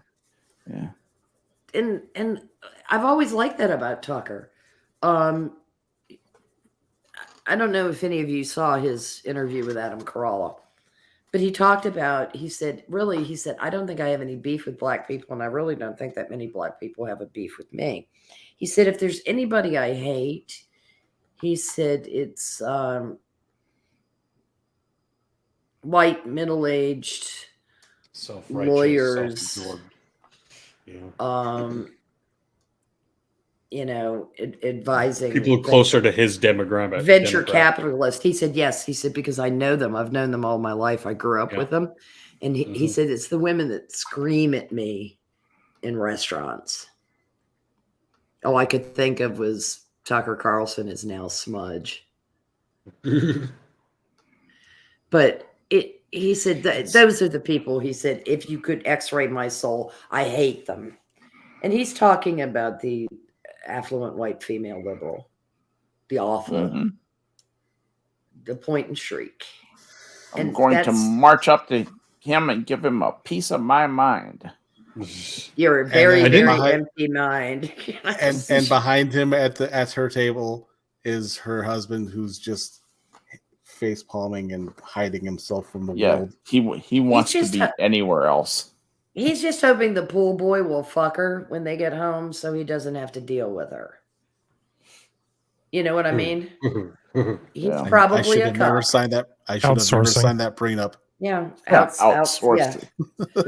It's a make or buy decision, Harry. Yeah. I should have never signed that prenup. Yeah. We all know Prenups them. are always a good idea, by the way. They're the affluent version of Karen. With true love, you don't have to worry about failure, Skep. Yeah, I forgot about that. Because if you have a prenup, that just shows that you're planning for failure. Yeah. Okay. So like if you get life insurance, that's like that's Planning not the way for- to go about it. Yeah, it's like you're accepting death. What? Yeah. Stop making Yeah. fun of me. We're not making fun of you. But I am going to follow Adam's suit, and I'm going to get going. I love this keeper. Damn, he's almost 54 and he still looks good. 54 sounds like a child, keeper. Damn. But Yeah, he's Tucker, 54. Yeah, punk well, kid. that's because Tucker has that amazing hair, that asshole. He does have really astounding hair. I mean, he has hair that women are jealous of, for God. That's one of those reasons those awfuls are screaming at him, by the way. Supposedly he has Reagan hair that if you get close to it, you can see the gray, but Yes, just you doesn't can. really show. Yeah, I noticed the lighting in the hotel room that he was in Yeah, you get him away. Yeah, exactly. In talking to Corolla, and also in his, as what did Megan Kelly call it? The basement of that cabin he has in Maine, where he did the Twitter video from. Yeah, I know what you're talking about. Yeah, so many more views than Jimmy Fallon, who had to go on the air and do the corporate shill thing about Hort Tucker, asshole, Hort Tucker. yeah.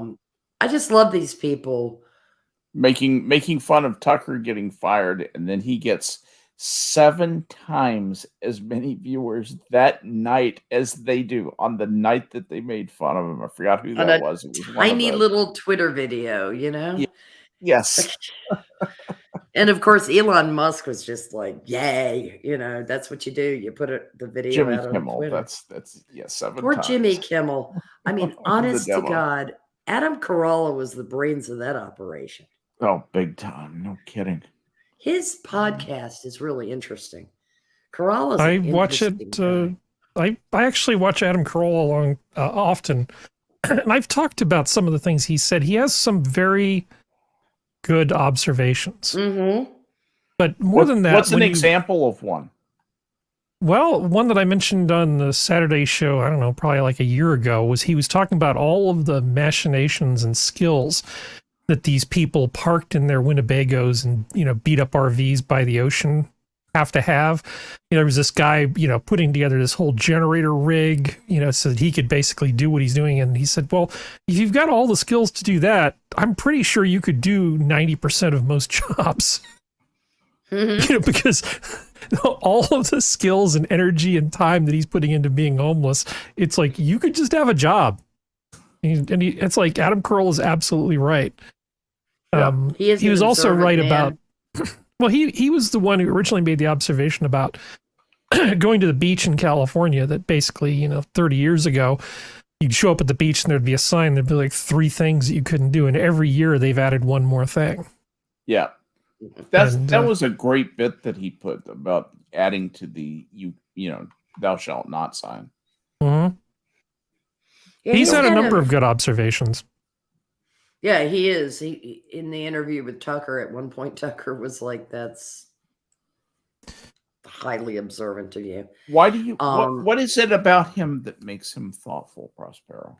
What is it that? I think it's life experience. Anybody that can write a book that says not Taco Bell material, he had a terrible upbringing. His mother was a mess. Yes.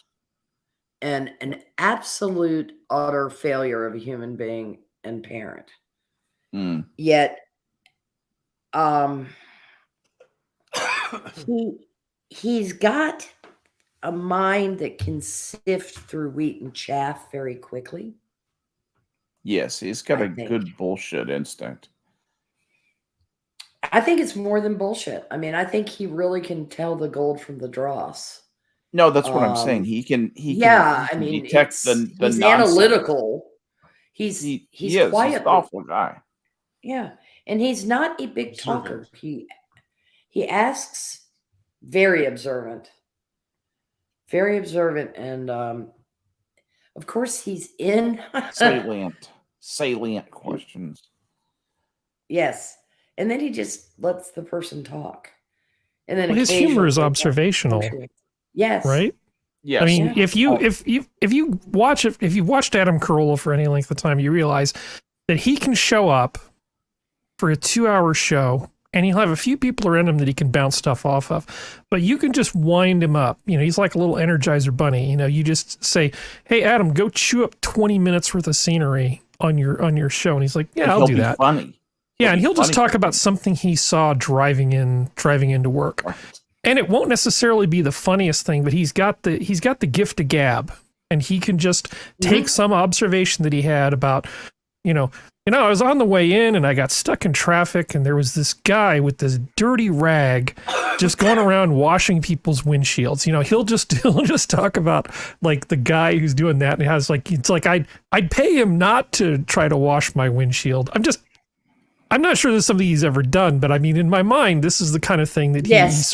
he would sort Don't of do. give my windshield Hep C. You know, yeah, don't give my windshield Hep C, and you know, here I'll just pay you. Don't make it worse. And then he comes with his greasy rag and just, you know, and it's like, and that guy can hold down a job too.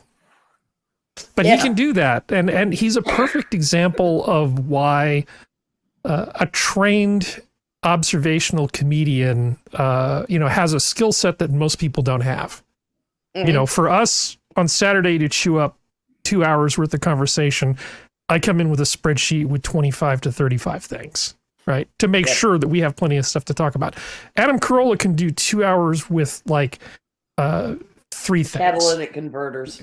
Yeah, it's not even an issue. He'll tell a story about something or just start making stuff up. And then you throw a few people in for support for him to bounce stuff off of, and he's just good.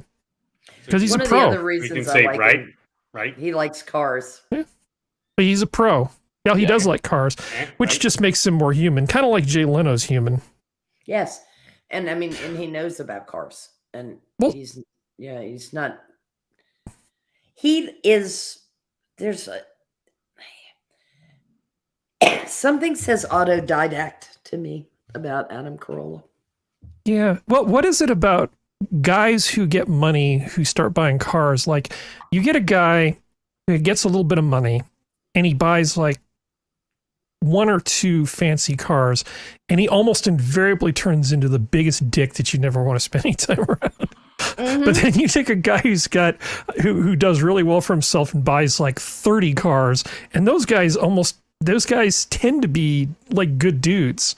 So why is it that the guy with like 30 cars or 300 cars ends up being like a real mensch like Jay Leno or Adam Carolla, but the guy with just the sorry to one of my friends, souped up Corvette, you know, who just yells at people who look at it sideways and shakes his fist at birds that fly over it, you know, one of those guys. Yeah. How come those guys are such douchebags? Because the other guys didn't buy their cars till they could do the math. Yeah. I think it's I think that you know, in a lot of ways nice guys tend to do really well. Not that not nice guys don't do well. I mean, Johnny Carson, by all accounts, not a nice guy. He wasn't the worst human being in the world, but not. He was not close to nice. But he was not nice, right? And he launched a bunch of careers and he did a lot of good for a lot of people, but not a nice guy. There's a reason why he was divorced so many times. Yep. And it wasn't just because, you know, gold digging women, you know, put in their time and then got their paycheck and left him. It's probably that being married to Johnny Carson is a terrible thing to do. It's like a sentence. Yeah. Yeah. Seemed like a good idea at the time, but you know, I'm just going to punch my ticket and get out of here. Yeah. But I think Adam Carolla is a decent guy. I think he's a pretty decent dude. I think Jay Leno's a pretty decent dude. And I like to think that in a fair and decent world, that part of their success is due to that, a work ethic and generally just being pretty decent. Because if you meet somebody like that, you kind of want to help them out. Getting started in your career, there's going to be people who will try to take advantage of your niceness. But I think that part of their success is due to the fact that they're not assholes. Yeah, they didn't take a crap on anybody on the way up. Yeah, and he's, you know, well, Carolla's still friends with Jimmy Kimmel. I mean, Jimmy Kimmel's kind of a hack sometimes, but I don't hate the guy. I mean, I don't have the energy to hate him. I just wish he were funnier. Yeah, he's just a loser. He's a not funny comedian. He's sort of sad. I mean, the Man Show was funny, but it was mainly Carolla who is the funny guy, you know, and listen to me saying the Man Show was funny. It was. Yeah, early Kimmel was still funny, even though the Man Show was mostly evidently Carolla, because you can see that play out in their different comedic styles. He was still really good in that. There's some other earlier stuff. He was a funny guy. I don't want to take that away from him. But I think at some point he lost it. He got married. He lost his balls. Oh, yeah. And he sold his got a soul. Trophy on the he mantle. sold his soul to the machine.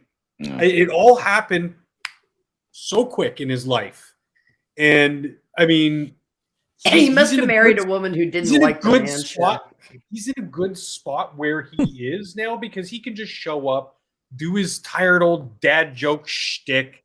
It's safe even if his kids watch it later on. He's just such a big pussy, but I mean, he's Yes. safe. Bing. You hit it, though. He's a pussy.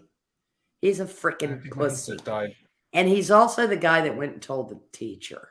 You just know that Jimmy Kimmel was the guy that told the teacher.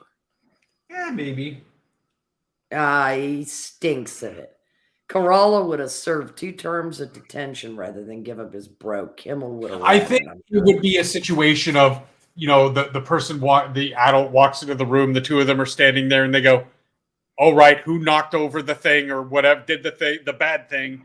And Jimmy points to Adam, and Adam's like, and shrugs, you know, like, "Oh, he's not giving up Kimmel," but Kimmel's like pointing to him, like, "No, it was him. I don't want to get in trouble."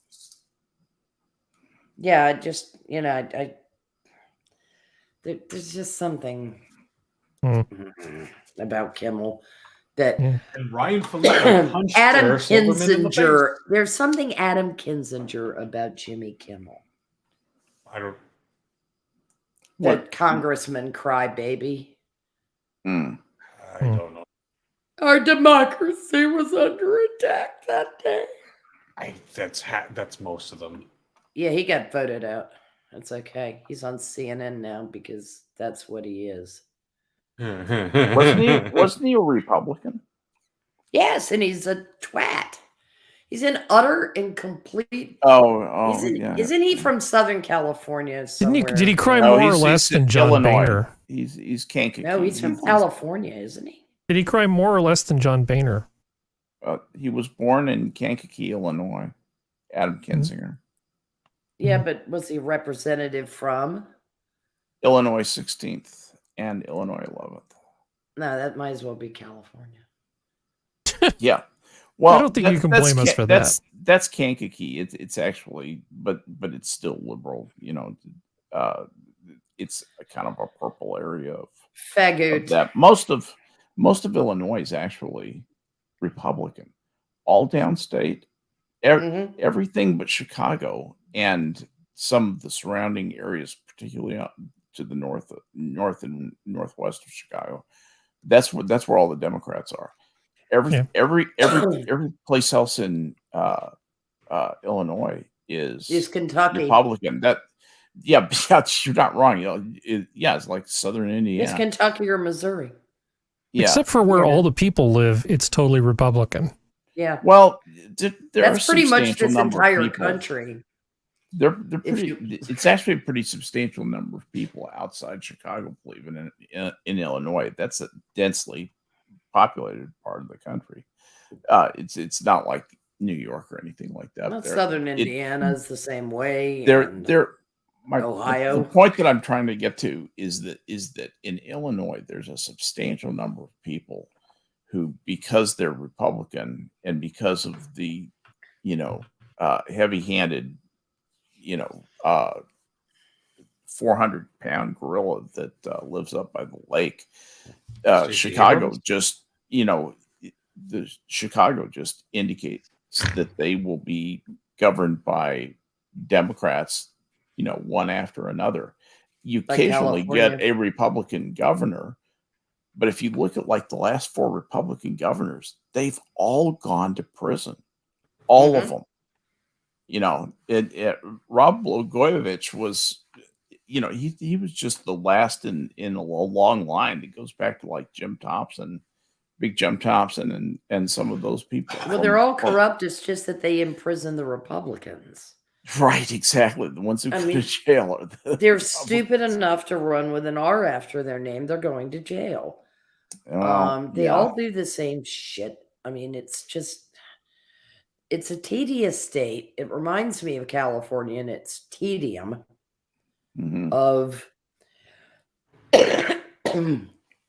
repeating the same errors. Yeah. But calling it fresh and new every time. And every time you turn around, something even crazier is crawling out of the sewer. wearing a DNC hat. I mean, Jesus Christ. You think back on Democratic governors of California, and then you look at Gavin. Mm-hmm. Yeah. I mean, he's like the hold my beer to about 100 years worth of Democratic Shenanigans. Democrats out of Cal. Yeah. Yeah. I mean, Dianne Pat Brown. Feinstein was a whole lot more Fresno than she was San Francisco. At one time. When she was on city council, when I lived there. Yeah. Or I guess a little bit after I lived there, I would agree with you. She was sensible. She thought things through. She realized that businesses had to have a climate in which they could, be successful. She was a moderate Democrat. She was a moderate Democrat, just the sort of person I would vote for. I would like that sort of person. And I don't think she's in full control of her mental faculties anymore. Not anymore. She looks like she's deeply gone seriously into dementia. Is that I'm hearing people say that online, but you never really know if it's true. The lack of grace in which the Democrats are handling Ms. Feinstein's unfortunate situation versus the utter and complete smokescreen being put up around the president is sickening to me. Yes. I mean, if you can recognize dementia through someone being absent, you ought to have copped a clue about 1600 Pennsylvania Avenue by now. This is not a Rose Garden strategy. This is a 1 foot in the grave strategy. This man is, everybody knows that there is a very good chance of him having a significantly compromised health situation that would prevent him from serving another full term. I don't even think he may not even make it through this term, much less another full term. If he's going to run without any change in VP, any debates, without any primary process, with the same VP, and it just expects to be coronated into office quietly, not have to come out and say anything, then we can say that we have successfully gamed the presidency, and we have figured out a way to have a president who's not a president. It's just a locus of power, and all that locus of power is, it has to be, because of our laws, it has to be centered on one man. But as long as that man is breathing and can sign his name, we can make the rest up. We can. Yeah. He's a golem. He's a totem. He's not even a real person anymore. He's pre-dead, in my opinion. Banana Republic on steroids. Yeah. It's checking out on the installment plan. Yeah, well, it's actually North Korean in its design, because we know how little fat boy's daddy was for a long time, quite ill. Little fat boy. Yeah. And obviously not in charge beyond figurehead. And we're just repeating it. I mean, it's like, people will say we're a banana republic, and I'm like, no, we're a little bit more like that. No, I think that's I think that's an interesting observation. I would be curious as to your what you think about Gavin Newsom. Is he our inevitable president? Are we going to elect him president? Is he going to be the one who comes in, saves the if we do, it's the last Democratic time Party? Because I really think the Democrats have got this solved. I think they are going to make. Yeah. Hang on. Listen to what I'm saying. I think the Democrats have the election process solved. I don't think they will ever lose another national election in American in the future going forward. It will be 40, 60, 100 years before they lose another election.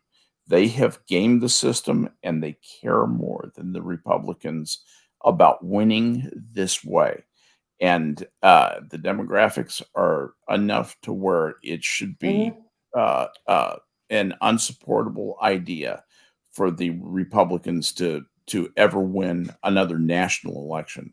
There's no reason why they should, because the Democrats have the mechanics in place to, no matter what, they can raise the number of votes or make it appear that they have enough votes so that they have won. And they believe they believe so deeply that they are right that they don't believe that they have to be constrained. Some of them believe, I think this is just my opinion, some of them believe that they don't have to be constrained because their cause is so good. It's so righteous. so right. This is so good. It doesn't matter if I follow the rules. It doesn't matter if I cheat to win, because it'll be better for everybody. And as soon as you've poisoned the process and poisoned your own mind that badly, you have a huge problem. We have a big problem right now that both sides, but to a much greater extent with the Democrats, I think, both sides are so self-righteous that they will not deal with the other side honestly, because they don't believe that the other side deserves honesty. They don't deserve fair dealing. They don't deserve fair play. I think that's our biggest problem. All the problems we have, everything else, that's the biggest problem, is that we can't get along, and that's how we will be overcome. So who's the von Hindenburg in this equation? Mitch McConnell? I don't know. He sort of looks like Hindenburg. I know. You think about it. You know, he kind of has the what you're describing. You know, I mean, I've called the Biden administration the decision to get rid of, you know, a one-man Reichstag fire. Because the projection out of them, you know, the increasing calls to outlaw Republicans, outlaw dissent. It's not outlaw. It's to cure their brains, yeah, I understand. I understand, and they're already full Mengele on children. So what the fuck? They're going to make the twin experiments look like a walk in the park. I'm not kidding you. John Money, this stuff. John Money, if you know who he is, did the world no service at all by doing what he did. He's considered to be a great man in I the understand. transsexual community, and I just regard him as an absolute creepazoid whack job. Well, am I wrong? Skep. No, you know what the result was. Yeah, I saw. John Money is a great man in the same sense that Ted Kennedy is an excellent driver. But there are groups of people that, you know, I've been on the Sanguine stream, so I know damn well who John Money is. But okay. Well, it's, you know, I mean, I have stopped being nice about this. The prepubescent intervention, the willingness of some doctors to do. I agree with Elon Musk. Elon Musk's hyperbole regarding parents and doctors who would do that to children. But they, you know, they're going full bore Mengele. By the way, for those of you who wonder what Prospero is talking about, I'll just read a couple of lines for this. This is John William Money, who lived from 1921 to 2006. He was a New Zealand psychologist and sexologist. And he, working with endocrinologists, don't care. Money established the Johns Hopkins Gender Identity Clinic, the first clinic in the United States to perform sexual reassignment surgeries on both infants and adults. Let that sink in. He spent a considerable amount of his career actually in the United States. A 1997 academic study criticized Money's work in many respects, particularly in regard to the involuntary sex reassignment of the child David Reimer and Money's abuse of Reimer and his brother when they were children. Some of Money's, quote, therapy, end quote, sessions involved Money forcing the two children to perform sexual activities with each other, which Money then photographed, quote, for research. David Reimer lived a troubled life, eventually committing suicide at 38. His brother died of an overdose at age 36. That may have been a suicide too. So this asshole has shit on his profession, and I think he was just a wacko who got a medical degree.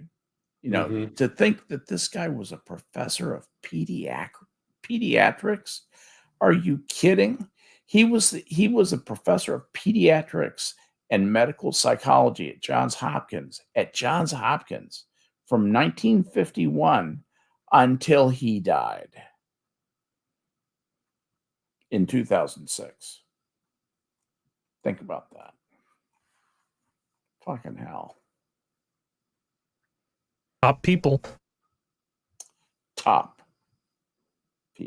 Anyway, the fact that this guy did this and is lionized as a hero. He was a monster, and he left a monstrous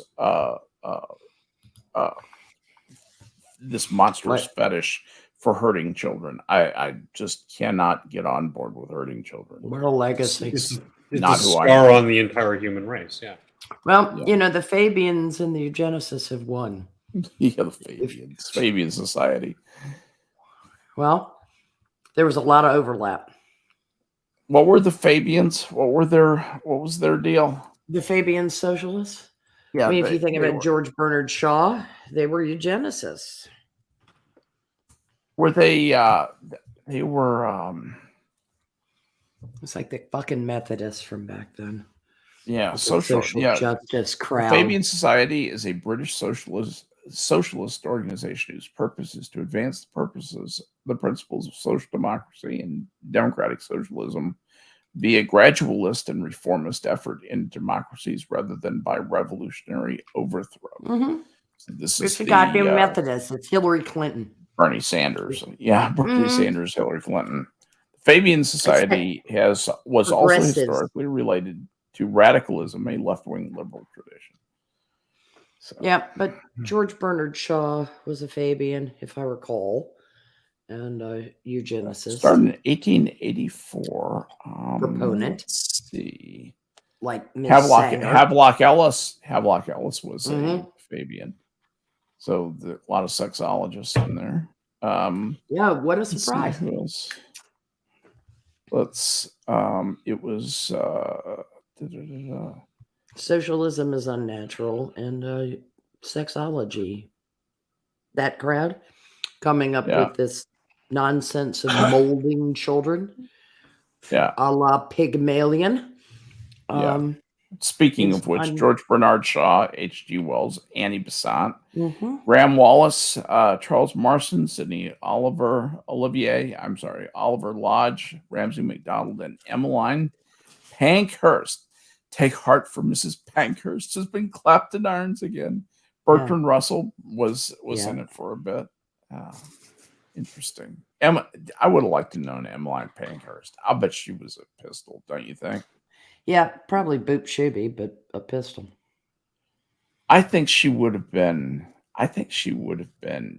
ditzy but angry. You know, because she was the one who she chained. What did she chain herself to? A library or something? She chained herself to a door. And that just was not done back in the 20s and 30s. That wasn't even the 30s. That was the 20s, wasn't it? Emmeline Pankhurst. When did she get arrested? Let's see. She died in the 20s. She died in 1928. You're right. Let's see. Yeah. I guess she was really basically active in the 1880s to the end of the century. Yeah, who is the one who set the bomb though? Who's the one who hurled herself in front of the horse? Some of these freedom or death, I mean, they got really extreme. Arson. Was she the one arrested for arson? She was arrested for public demonstrations and mischief, like chaining herself to a door. But let's see.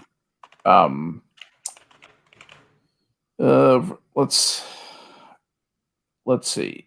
In 1912, the women's suffrage group adopted arson as another attack to win the vote. They're actually quite violent. After Prime Minister Don't Care had visited the Theatre Royal in Dublin, suffragette activists Gladys Evans, Lizzie Baker, Mary Lee, and Mabel Copper attempted to cause an explosion using gunpowder and benzene, which they were incompetent at, and it barely caught on fire. But over the next 2 years, the women set fire to a refreshments building in Regent's Park, and Orchid House in Kew Gardens, pillar boxes, and a railway carriage, also at Kew.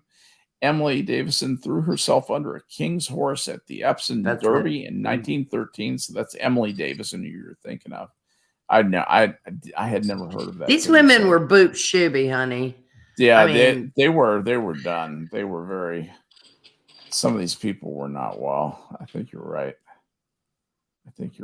Yeah.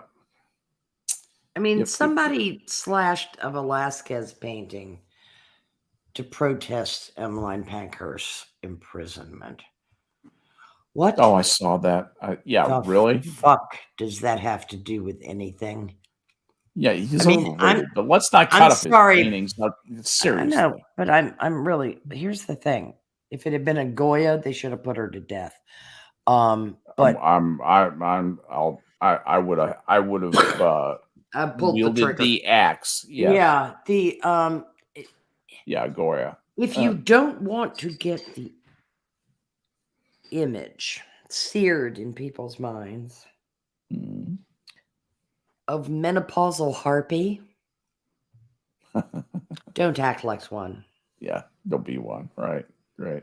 I mean, these women really actually all act like the people that all those cute little electric shock machines were created to treat hysteria. Listen to what she said though when she changed parties and ran as a candidate for Parliament. In 1926, Pankhurst joined the Conservative Party, and 2 years later ran as a candidate for Parliament in Whitechapel and St. George. Her transformation from a fiery supporter of the ILP and window-smashing radical to an official Conservative Party member surprised many people. She replied succinctly, "My war experience and my experience on the other side of the Atlantic have changed my views considerably." World War I really had an effect on her, evidently. Yeah. So, the First World War had an effect on her. I read a thing on her life a long time ago. She did a number of crazy stuff. Who was the Emmeline was further shocked to see the report from a newspaper in the U.S. that declared that Miss Pankhurst, a title usually reserved for Christabel, boasted of her child being a triumph of eugenics since both parents were healthy and intelligent. I know. Oh my God. Oh yeah. You said Boop should be. I'm coming over to your side of that argument. I think those eugenics people just chill my seriously. blood. They absolutely chill my blood. Seriously. They will find in China a comfortable ally? Yeah. Oh, yeah, that's another thing. We're at the end of the show, and I wish we had taken time because to talk about it, because I think that our relationship with China is becoming very interesting. Maybe that's something we could park and talk about on Saturday or next week. But I think our relationship with our watchful future owners, the Han Chinese, if we're not careful, are they're watching us with hungering interest, and I think that they really think what they can overcome us. You think it's going to be the CCP and not the robots? I think, well, what's going to happen is the CCP is going to say, hey, we're going to make all kinds of trouble for you over here and make your lives a living hell. But if you want it better, all you have to do is make these nice little semiconductors for us in China and in Taiwan, and we'll be happy. We'll go away and we'll be happy Chinese again until we want something else. And that's the way this is going to Hey, the Dane Guild playing out. Yeah, they're gonna make a big thing about, we're just about to take Taiwan, we're gonna take it back, bitch. No, and everybody's gonna say, no, what can we do to avoid nuclear war? And they'll say, oh, make these chips for us. That's all you have to do, and then we'll sign. We can all be happy. And they'll even claim that they brought peace to that part of the world into this. Let me tell you, these guys are just want it more than we do right now, and that's sad. That's really sad to see, but they need it more than we do. Well, yeah, we're still coasting on laurels. Well, they're all in. Their country is so debt ridden. They're all in. That's what I mean. They are. They absolutely have to. All in. They need it a lot more. They're much hungrier than we are. That's right. That's exactly right. They got much less accumulated wealth. But anyway, you guys have spent 2 hours 20 minutes listening to us yammer on, and I want to tell you what champions you are, chat. Thank you for coming and listening to us, and thank you to my dear friends on my panel. Thank you for spending time with an old man on a Tuesday night. But we have been your minions of the zoo, and it is time to close up the shop. We'll be back next Tuesday. Join us, of course, Saturday. Minions on every night, and interesting hosts, interesting conversations here and there. And I will be back here, same bat time, same bat channel next week. But for tonight, the zoo is closed.